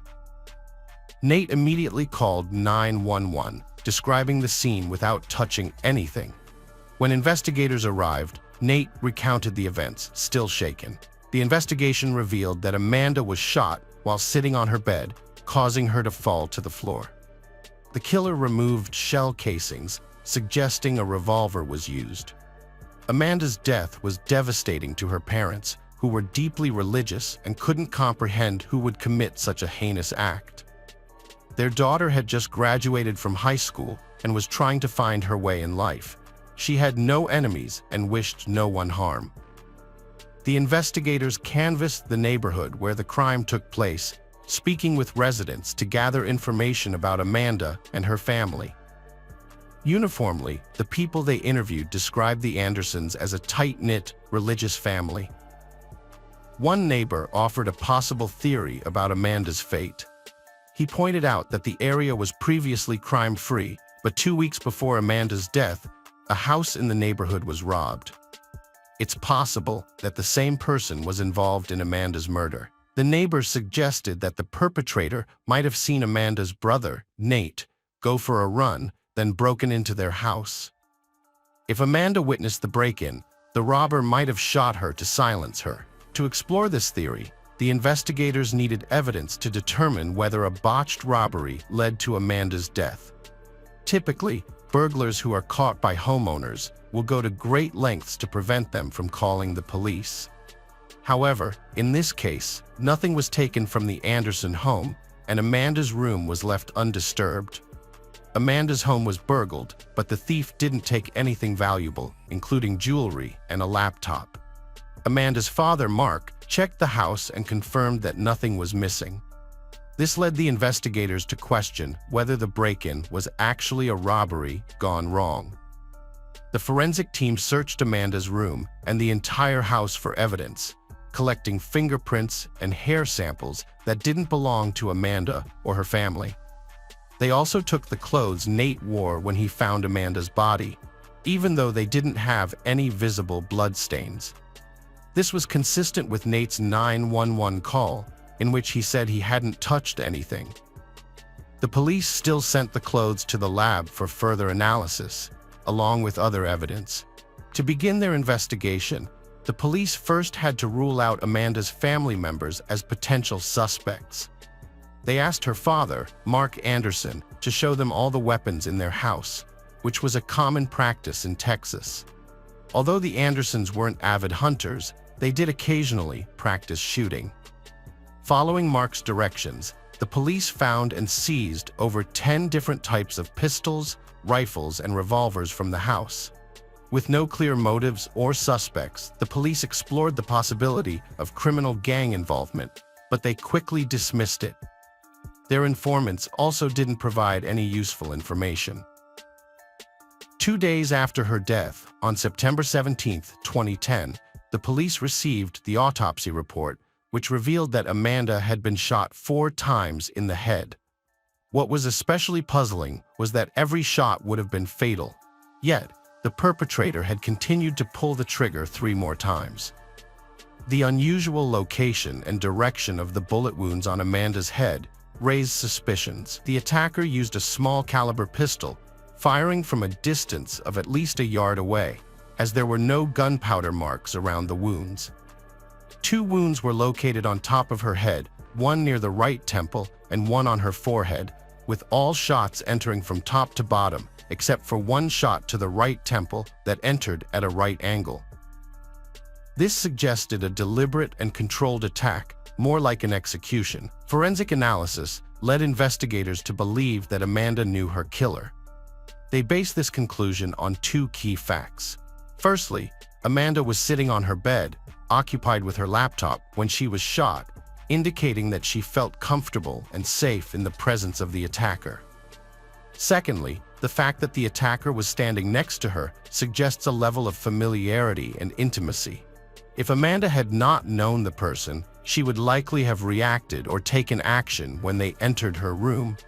But she did not, implying that she trusted the perpetrator and did not anticipate the attack. Detectives investigating Amanda's death questioned her college friends, learning she was cautious and avoided strangers, drugs, and criminals. Her best friend confirmed she had no enemies on campus. Despite this, they considered that someone might have secretly targeted her. Reviewing college security footage and reports from the past year, they searched for suspicious incidents, but found nothing useful. The police revisited the Anderson family to inquire about Amanda's personal life, suspecting a personal motive behind the brutal crime due to the multiple wounds. Amanda's mother was baffled by the incident, describing her daughter as a kind and diligent student who regularly attended church. Although Amanda didn't have a boyfriend at the time of her death, her mother revealed that she had met someone about a year prior, but their relationship ended. The police sought out this individual to learn more about his connection with Amanda and the reasons behind their breakup. Upon questioning, the man revealed that he and Amanda shared some classes and occasionally went to the movies with friends. but they never developed a romantic relationship. They had gone out together a few times, but it didn't progress further. When asked about the last time he saw Amanda, he stated that it was the day before her murder. The police started their investigation again from the beginning, re-examining all the evidence. They focused on Nate's 911 call, which was the starting point of the case. During the call, Nate claimed he didn't enter his sister's room and that someone had shot Amanda. The investigators realized it was impossible for someone standing in the doorway to know Amanda was shot in the head or how many times without entering the room. The police revisited the Anderson house and inspected the door, which Nate said was opened when he got home. Although there were scratches on the door, the lock was intact, leading the police to believe someone was trying to make it look like the door was kicked in. The crime lab analyzed the weapons found in the Anderson house and concluded that one of the pistols was likely the weapon used to shoot Amanda. After a thorough investigation, detectives reached a conclusion. All evidence pointed to a family member as Amanda's killer. The murder weapon, a pistol, was hidden in a secure location, suggesting the killer knew exactly where to find it. Moreover, the killer returned the gun to its hiding place after the crime. On the night of the murder, Amanda's parents had solid alibis. Her father was dining with a friend, and her mother was at work. This left only Amanda and her 15-year-old brother Nate in the house. To find answers, investigators delved deeper into the events of that evening. It turned out that Amanda's father, Mark, had called her to remind her to pick up her mother from work. 12 minutes later, Mark received a call from Nate, who was crying and claimed someone had shot Amanda. However, this call raised a disturbing question. Why did Nate call his father before calling emergency services, unless he was trying to cover his tracks after murdering his own sister? The police required solid proof before making any accusations, as they didn't want to cause further distress to Amanda and Nate's parents. To gather more information, the investigators decided to question Mark Anderson, Nate's father, without directly accusing his son of involvement. During the conversation, Nate's parents became aware that the police suspected their son. When asked about Nate's recent use of the .22 caliber pistol, Mark revealed that he had given the gun to Nate a few days before Amanda's death, and that Nate had fired it in their backyard. The officers went back to the Anderson house and found .22 caliber casings in the backyard that matched the bullets found in Amanda's body. While this was suspicious, it wasn't conclusive evidence. However, 2 weeks later, a crucial clue was found. Nate's clothes, which he wore when he claimed to have found his sister dead, were tested with luminol, revealing traces of blood. Further analysis by a national blood spatter expert suggested that Nate was either in the room when the shooting occurred or was the one who fired the fatal shots. The tests confirmed that his clothes had Amanda's blood on them. Despite this, the Anderson siblings seemed to have a loving relationship. Photos showed them being affectionate, and their parents described them as best friends who often made videos together, including one just days before Amanda's death. The police were left wondering what could have driven Nate to commit such a heinous act. On November 10, 2010, police arrested Nate Anderson at a church, suspecting him of murdering his own sister. The accusation shocked everyone who knew him, as it seemed out of character. The trial began on October 24, 2011, and was an emotionally challenge for the Anderson family. Despite the evidence presented against Nate, his family remains supportive and refuses to believe he is capable of such a crime. According to his grandmother, Dolores Anderson, Nate is a kind and innocent boy who would never harm his sister. His parents, too, are adamant that he is not responsible for Amanda's death. For his mother, Stacy Anderson, the whole ordeal has been a nightmare. She is still adjusting to the loss of her daughter and now has to cope with her son's arrest. Mark expressed his outrage and disbelief at the accusation that his son killed his sister Amanda. The brutality of the crime, including the fact that Amanda was shot 4 times, has led Mark to conclude that Nate could not have committed the crime. Initially, Mark had some doubts about Nate's involvement, but once he learned about the 4 gunshots, he became convinced of his son's innocence. Mark is critical of the authorities, accusing them of ignoring evidence that exonerates Nate and instead focusing on evidence that supports their own case. He feels that they have already made up their minds about Nate's guilt, despite the fact that an expert had recommended that Nate be tried in juvenile court, not adult court. After Amanda's death, investigators found evidence in the Anderson home that shed light on the case. Prosecutors discovered that Nate's computer had a history of visits to adult websites and violent drawings. Furthermore, a text message on Amanda's phone mentioned someone should be shot, but the context indicated it was a joke about Nate not helping with chores and playfully shooting staples at Amanda. An expert testified that this evidence could be a motive for the crime. However, Nate's attorney argued that the evidence was not unusual or incriminating. Ultimately, Nate accepted a plea deal in February 2012 and pleaded guilty to a first-degree crime. He confessed to a psychologist and his parents that he had killed Amanda. In a statement, Nate and Amanda's parents shared Nate's confession. According to Mark Anderson, Nate told him that he shot Amanda with a pistol found in their home and asked for forgiveness, which he granted. Stacy, the mother, expressed the immense difficulty she experienced as a mother who loves both her children. Nate Anderson has been sentenced to 20 years in prison with the possibility of parole after 10 years. His attorney believes that agreeing to the plea deal was in Nate's best interest, as neither Nate nor his family wanted the case to go to trial. Regarding the motive behind the crime, Nate's attorneys declined to provide details, saying only that they know what happened and are choosing not to discuss it further. However, they did reveal that Nate has shown remorse for his actions, has asked for forgiveness, and has received it. The attorneys described the process of coming to terms with what happened as difficult and emotional. The authorities have determined that the incident was a hate crime, as there was no evidence of any other trauma. According to the Smith County Sheriff's Office, Nate will be eligible to apply for parole in 2 years. Hello friends, welcome to our channel. Today we're going to take a look at another horrible case with you, the case of Carly McBride. Carly McBride was born on April 14, 1983, to Steve McBride and Lorraine Williams. As a child, she was cheerful and close to her parents. However, as she grew older, Carly struggled with addiction to alcohol and illegal substances.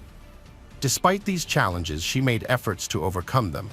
In 2014, at the age of 31, Carly lived in Belmont, New South Wales, Australia, with her 2 children, 7-year-old William and 3-year-old Cadence.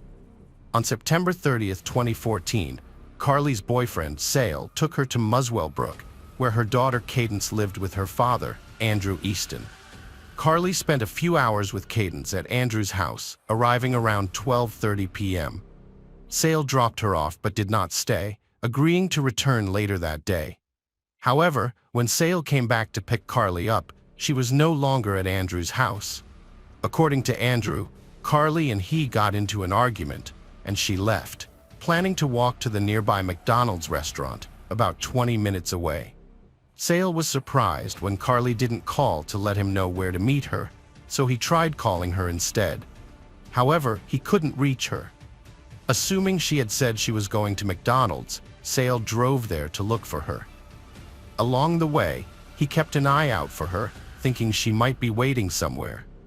He considered the possibility that her phone was dead, but he couldn't find her anywhere. She wasn't at McDonald's or anywhere nearby. Sale spent some time driving around Muswell Brook, but it was all in vain. Carly had seemingly vanished. When Carly failed to return home to Belmont that evening, Sale contacted the police. The detectives asked him to describe what had happened. Sale explained that their routine was always the same. He would drop her off, she would get out of the car, wave goodbye, and then call and text him twice to let him know she was safe. But on this particular day, things didn't go as usual. Sale dropped her off at 12:30 p.m., but never heard from her again. Despite trying to call and text her, the phone just rang out. A key question emerged.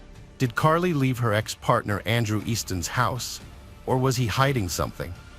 Andrew claimed to be the last person to see her, but no one else could confirm she actually left his house. The police questioned neighbors and people along the route Carly would have taken to get to McDonald's, but nobody reported seeing her. This lack of eyewitnesses only fueled suspicion about Andrew. Unfortunately, there were no surveillance cameras near Andrew's house to verify his claim that Carly left around 2 p.m. The police searched fields behind a nearby residential area, but the chief investigator reported that nothing significant was found. The investigation will continue, and the police are urging anyone with information about Carly's disappearance to come forward.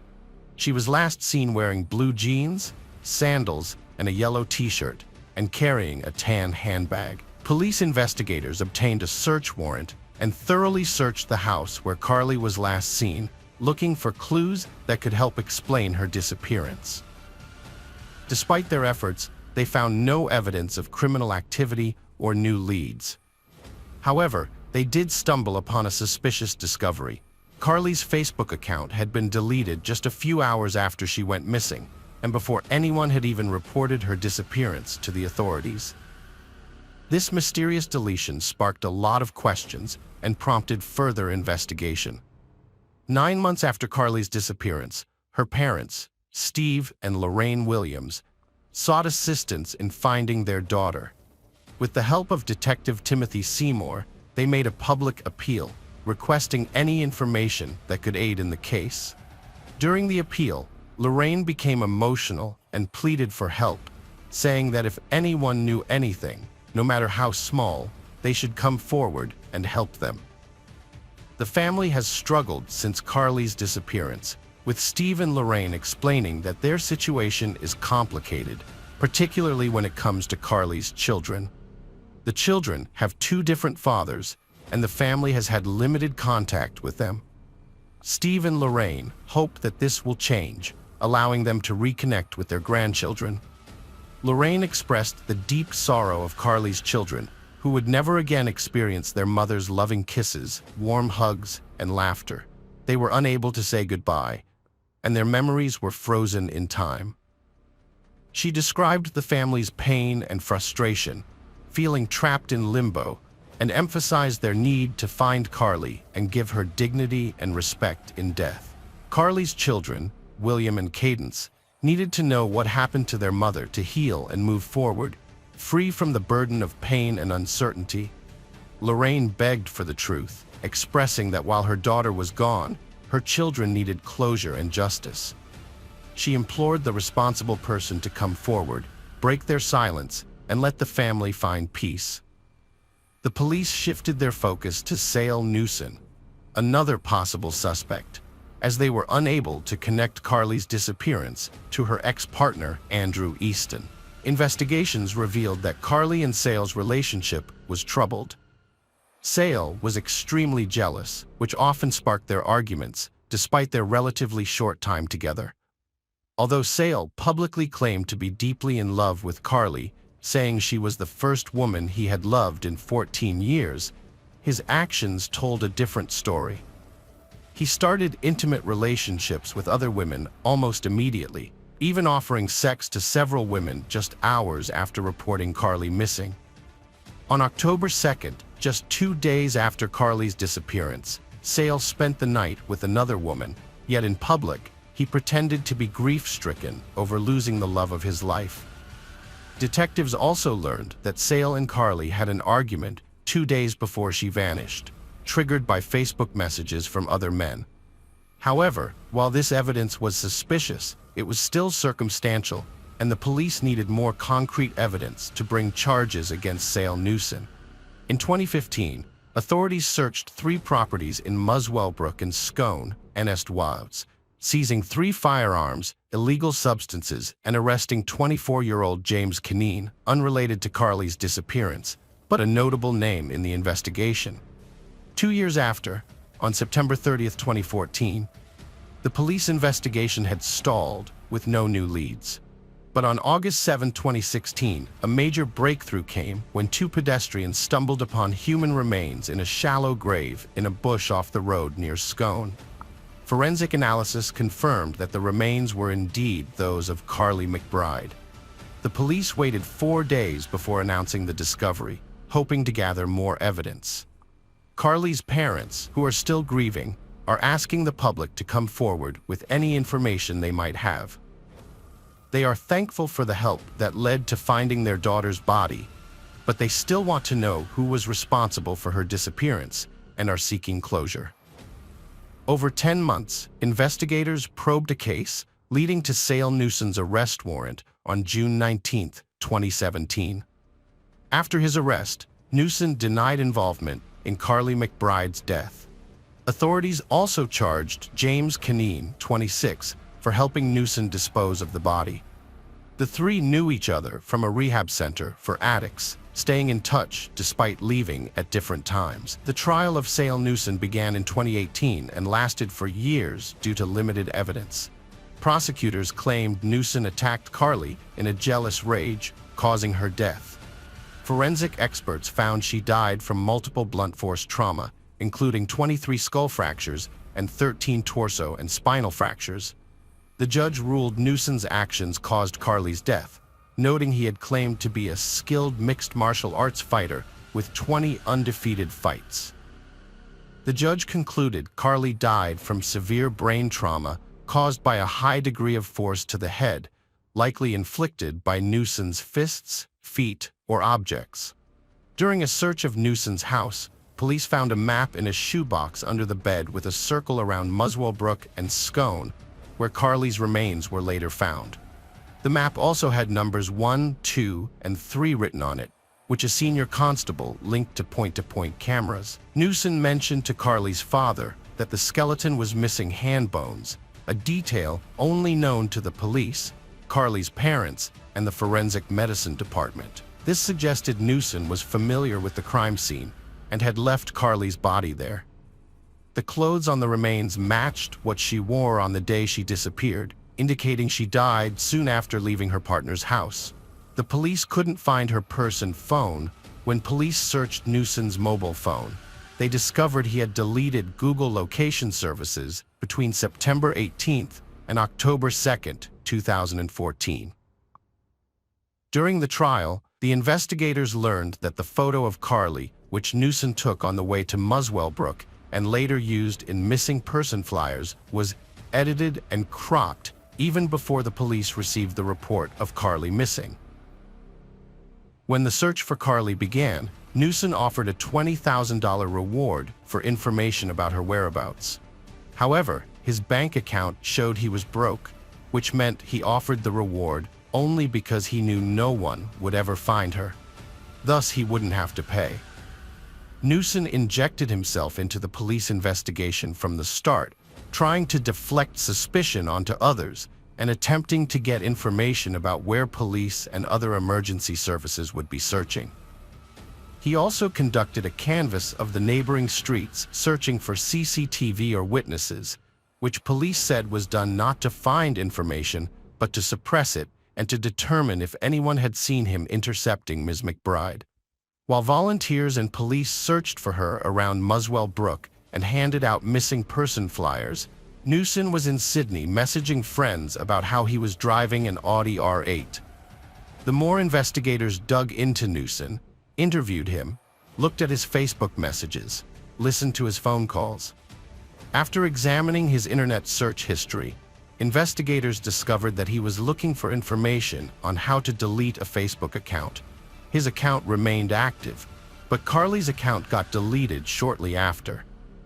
Although all the evidence was circumstantial, the prosecutors said they did have puzzle pieces that began to reveal a picture when put together. Eventually, these pieces turned into an irrefutable case, ruling out any other possible explanations for how Carly McBride disappeared and how her body was about 82 feet from the side of the road. The judge found that Newson's motive for suddenly and violently attacking Carly was jealousy. Newson had gone to pick Carly up from Muswell Brook, expecting her to have spent time with her daughter as planned. Instead, he discovered she had met her ex-partner for 90 minutes. This revelation allegedly triggered a fit of jealousy in Newson, leading him to brutally attack Carly.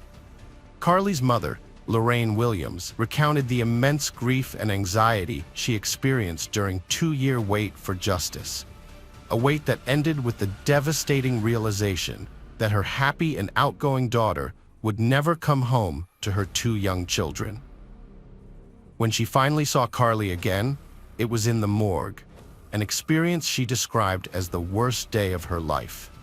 In December 2021, 43-year-old Newson was found guilty and sentenced to 27 years in prison with the possibility of parole in 2038, nearly 7 years after reporting Carly missing. Despite the guilty verdict, Newson maintained his innocence, stating to the judge. Newson's accomplice, James Canine, also denied his involvement but was found guilty by a jury in July 2022. The judge determined that Canine had lied to police 3 times to create a false alibi for Newson and deleted phone data to conceal his actions. At the time of his involvement in the Carly McBride case, Canine was already in prison for illegal weapons possession and prohibited substances. In November 2022, he was sentenced to 7.5 years in prison with a 4-year parole period, showing little reaction to the news. After the trial, Carly's parents expressed relief that justice had been served, but they also acknowledged that no matter the outcome, they would never be able to get their daughter back. Hello friends, welcome to our channel. Today we're going to take a look at another horrible case with you, the case of Tess Ritchie. Tess Ritchie was the youngest of 5 sisters, born on November 30th, 1994. She spent her childhood in North Bay before moving to Toronto at the age of 19. According to her sister Verena, Tess loved her life, dogs, and family. She worked as a waitress in Toronto, but her dream job was to become a flight attendant and travel the world. Although Tess struggled to find a job she liked, her family was always willing to support her financially. Some sources suggest that after failing to find work at an airline or hotel, she began learning Italian and searching for job opportunities in Italy online. Tess also created content on YouTube, with her last video uploaded on February 23, 2014, nearly 4 years before the events we will discuss. In that video, Tess shared her personal experiences and the challenges she faced. Tess explained that she searched everywhere for someone who would understand and relate to what she was experiencing, but she never found that. She said her boyfriend's physical abuse is never acceptable, no matter how minor it may seem. She stated that he hit her, and even downplaying it as just throwing a purse at her is embarrassing because it happened in his bedroom, and it's a sad reality. After recording this video, Tess mentioned that she faced more personal struggles. In 2017, she experienced a devastating breakup with her boyfriend Julian on November 23rd. The next day, she turned to her older sister Rachel, who was not only 8 years older, but also her closest confidant. Tess recounted that she spent most of November 24th at Rachel's house in Toronto, where they discussed her breakup, went shopping, and visited a dog park. Rachel had to encourage her to eat dinner because she had lost her appetite due to stress. Despite her emotional state, Tess made plans to meet an old school friend, Riley Samar, that night. Samar was from North Bay, and she had moved to Toronto in the summer of 2017. They hadn't seen each other in years, but now that they were both living in the same city, they had started talking again. Samar suggested they go to Cruise and Tango, a well-known drag bar in the Church in Wellesley area, that evening. Rachel's partner arranged for Ritchie to take an Uber to meet Samar downtown. Ritchie saw her sister Tess running out to catch the Uber, which was the last time she would ever see her alive. Ritchie arrived at the Cruise and Tango club around midnight, but Samar wasn't there yet. The club was packed, and Tess sent a text to her sister to let her know she had arrived safely. The next morning, Ritchie sent a text to her sister, not expecting a quick response since Tess had been out late the night before. However, By 6:30 p.m., Richie still hadn't heard back from Tess.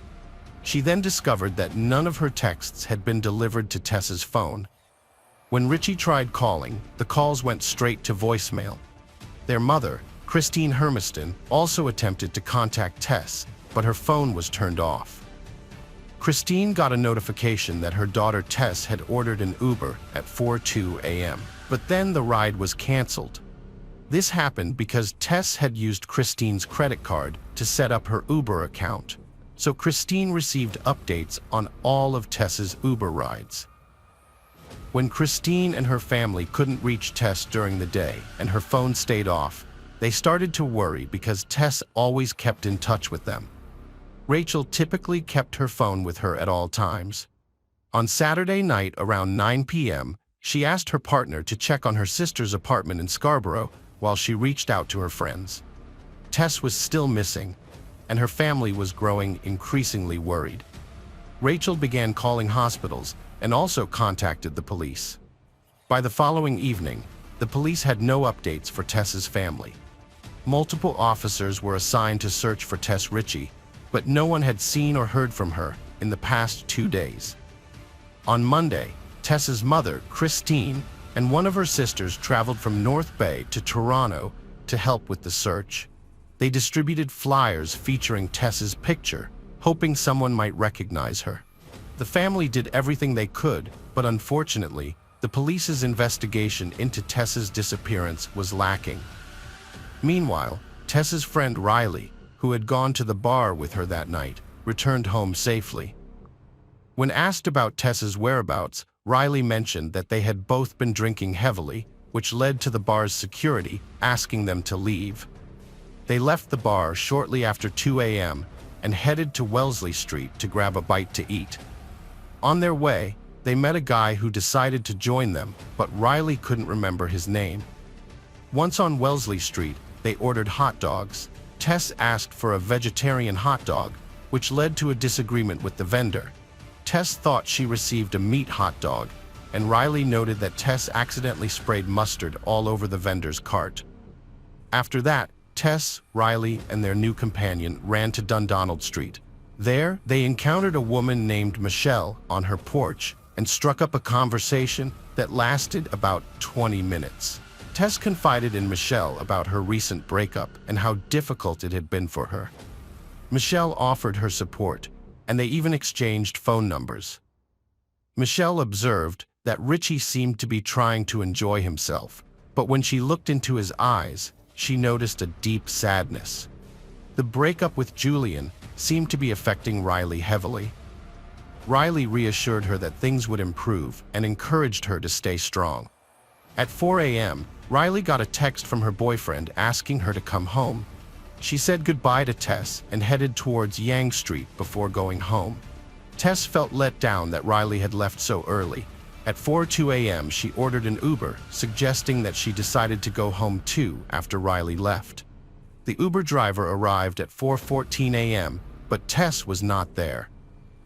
On Wednesday, November 29th, just a day before Tess's 23rd birthday, Christine began handing out flyers with her daughter's picture in the area where Tess was last seen. Since Riley had separated from Tess on Dundonald Street, Christine decided to investigate that area. She reached out to Anne Brazo, a nurse at St. Michael's Hospital, knowing their daughters had been friends since elementary school in North Bay. Together, they began searching for Ritchie as efforts intensified and social media campaigns aimed to find her.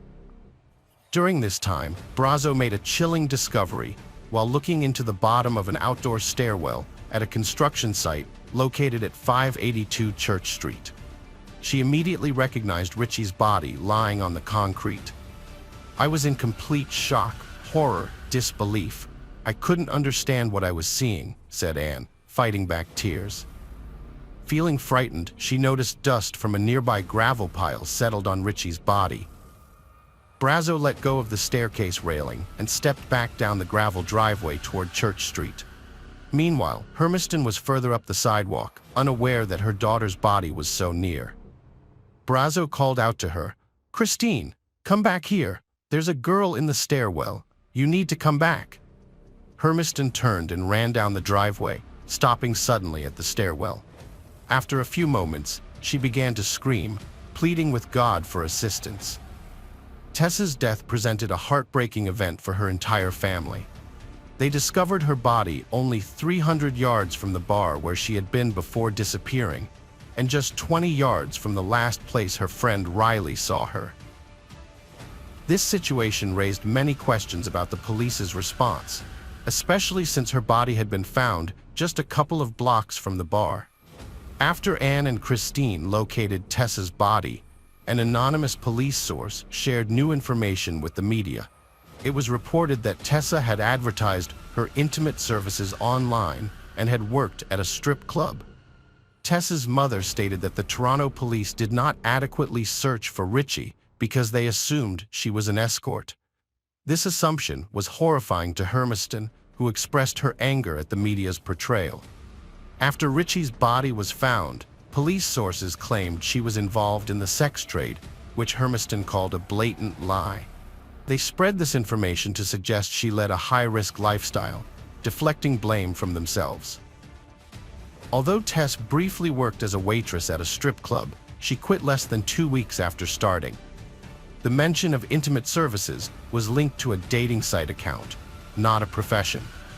Despite the discovery of Richie's body, the circumstances of her death remained unclear. Initially, police did not suspect foul play, but the homicide unit took over when an autopsy indicated she had died from neck compression. Additionally, they discovered seminal fluid on her clothing and saliva on her bra. DNA tests revealed male DNA, prompting police to begin searching for a suspect. Based on Riley's testimony, detectives aimed to identify the man Tess had met that night, as he was the person she spent time with after Riley went home. The police examined CCTV footage to gather information about that night.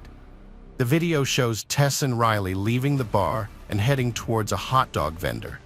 There were also cameras on the building near where Anne discovered the body. After reviewing the recordings, the police observed Tess and an unidentified man walking hand in hand up the gravel driveway. According to the police, the camera captured Tess and this unknown man at 4:14 a.m. A subsequent recording taken 46 minutes later showed the man leaving the location alone, with no further footage of Tess. This led the police to consider him the main suspect in the Tess Richie case.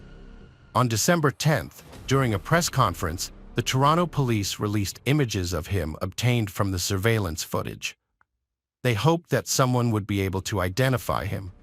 The police discovered the identity of the man after seeing the published images. He called the police station himself and stated that he was the guy in the photo. The person who was with Tess that night was identified as 21-year-old Colin Schlatter. In the fall of 2017, Schlatter was 21 years old and living with his parents and younger brother in their home in North Toronto. He had completed a year of postgraduate studies to become a car mechanic and was working with his father in construction. Schlatter, along with his parents and one of his lawyers, visited the police station where he spoke briefly with detectives but chose not to testify. But finally, they provided the police with important evidence. While still at the police station, Schlatter discarded an empty water bottle in a trash can. The police took the bottle and sent it for forensic analysis. After some time, they found that the DNA on the bottle matched DNA samples taken from seminal fluid and saliva found on Tess Richie's body, indicating that they came from the same person. Police planned an undercover operation to observe Schlatter for several weeks, but the DNA results sped up their timeline. Schlatter was arrested at approximately 11 p.m. on February 4, 2018, after watching the Super Bowl with his family at a cinema.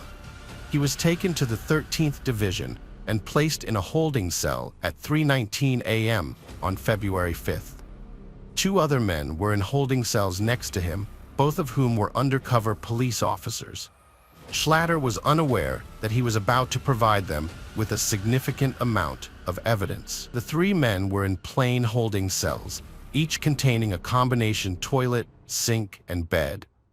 In the cell, Schlatter discussed his love for card games and claimed he had a knack for attracting women.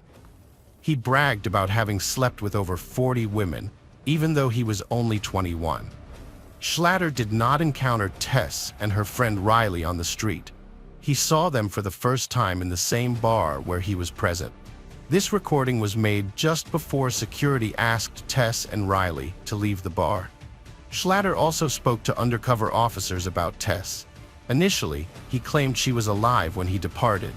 However, he later suggested that something might have happened because alcohol had clouded his memory. He doubted his own capability. The police charged Ken Schlatter with the murder of Tess Ritchie, but he denied the accusation.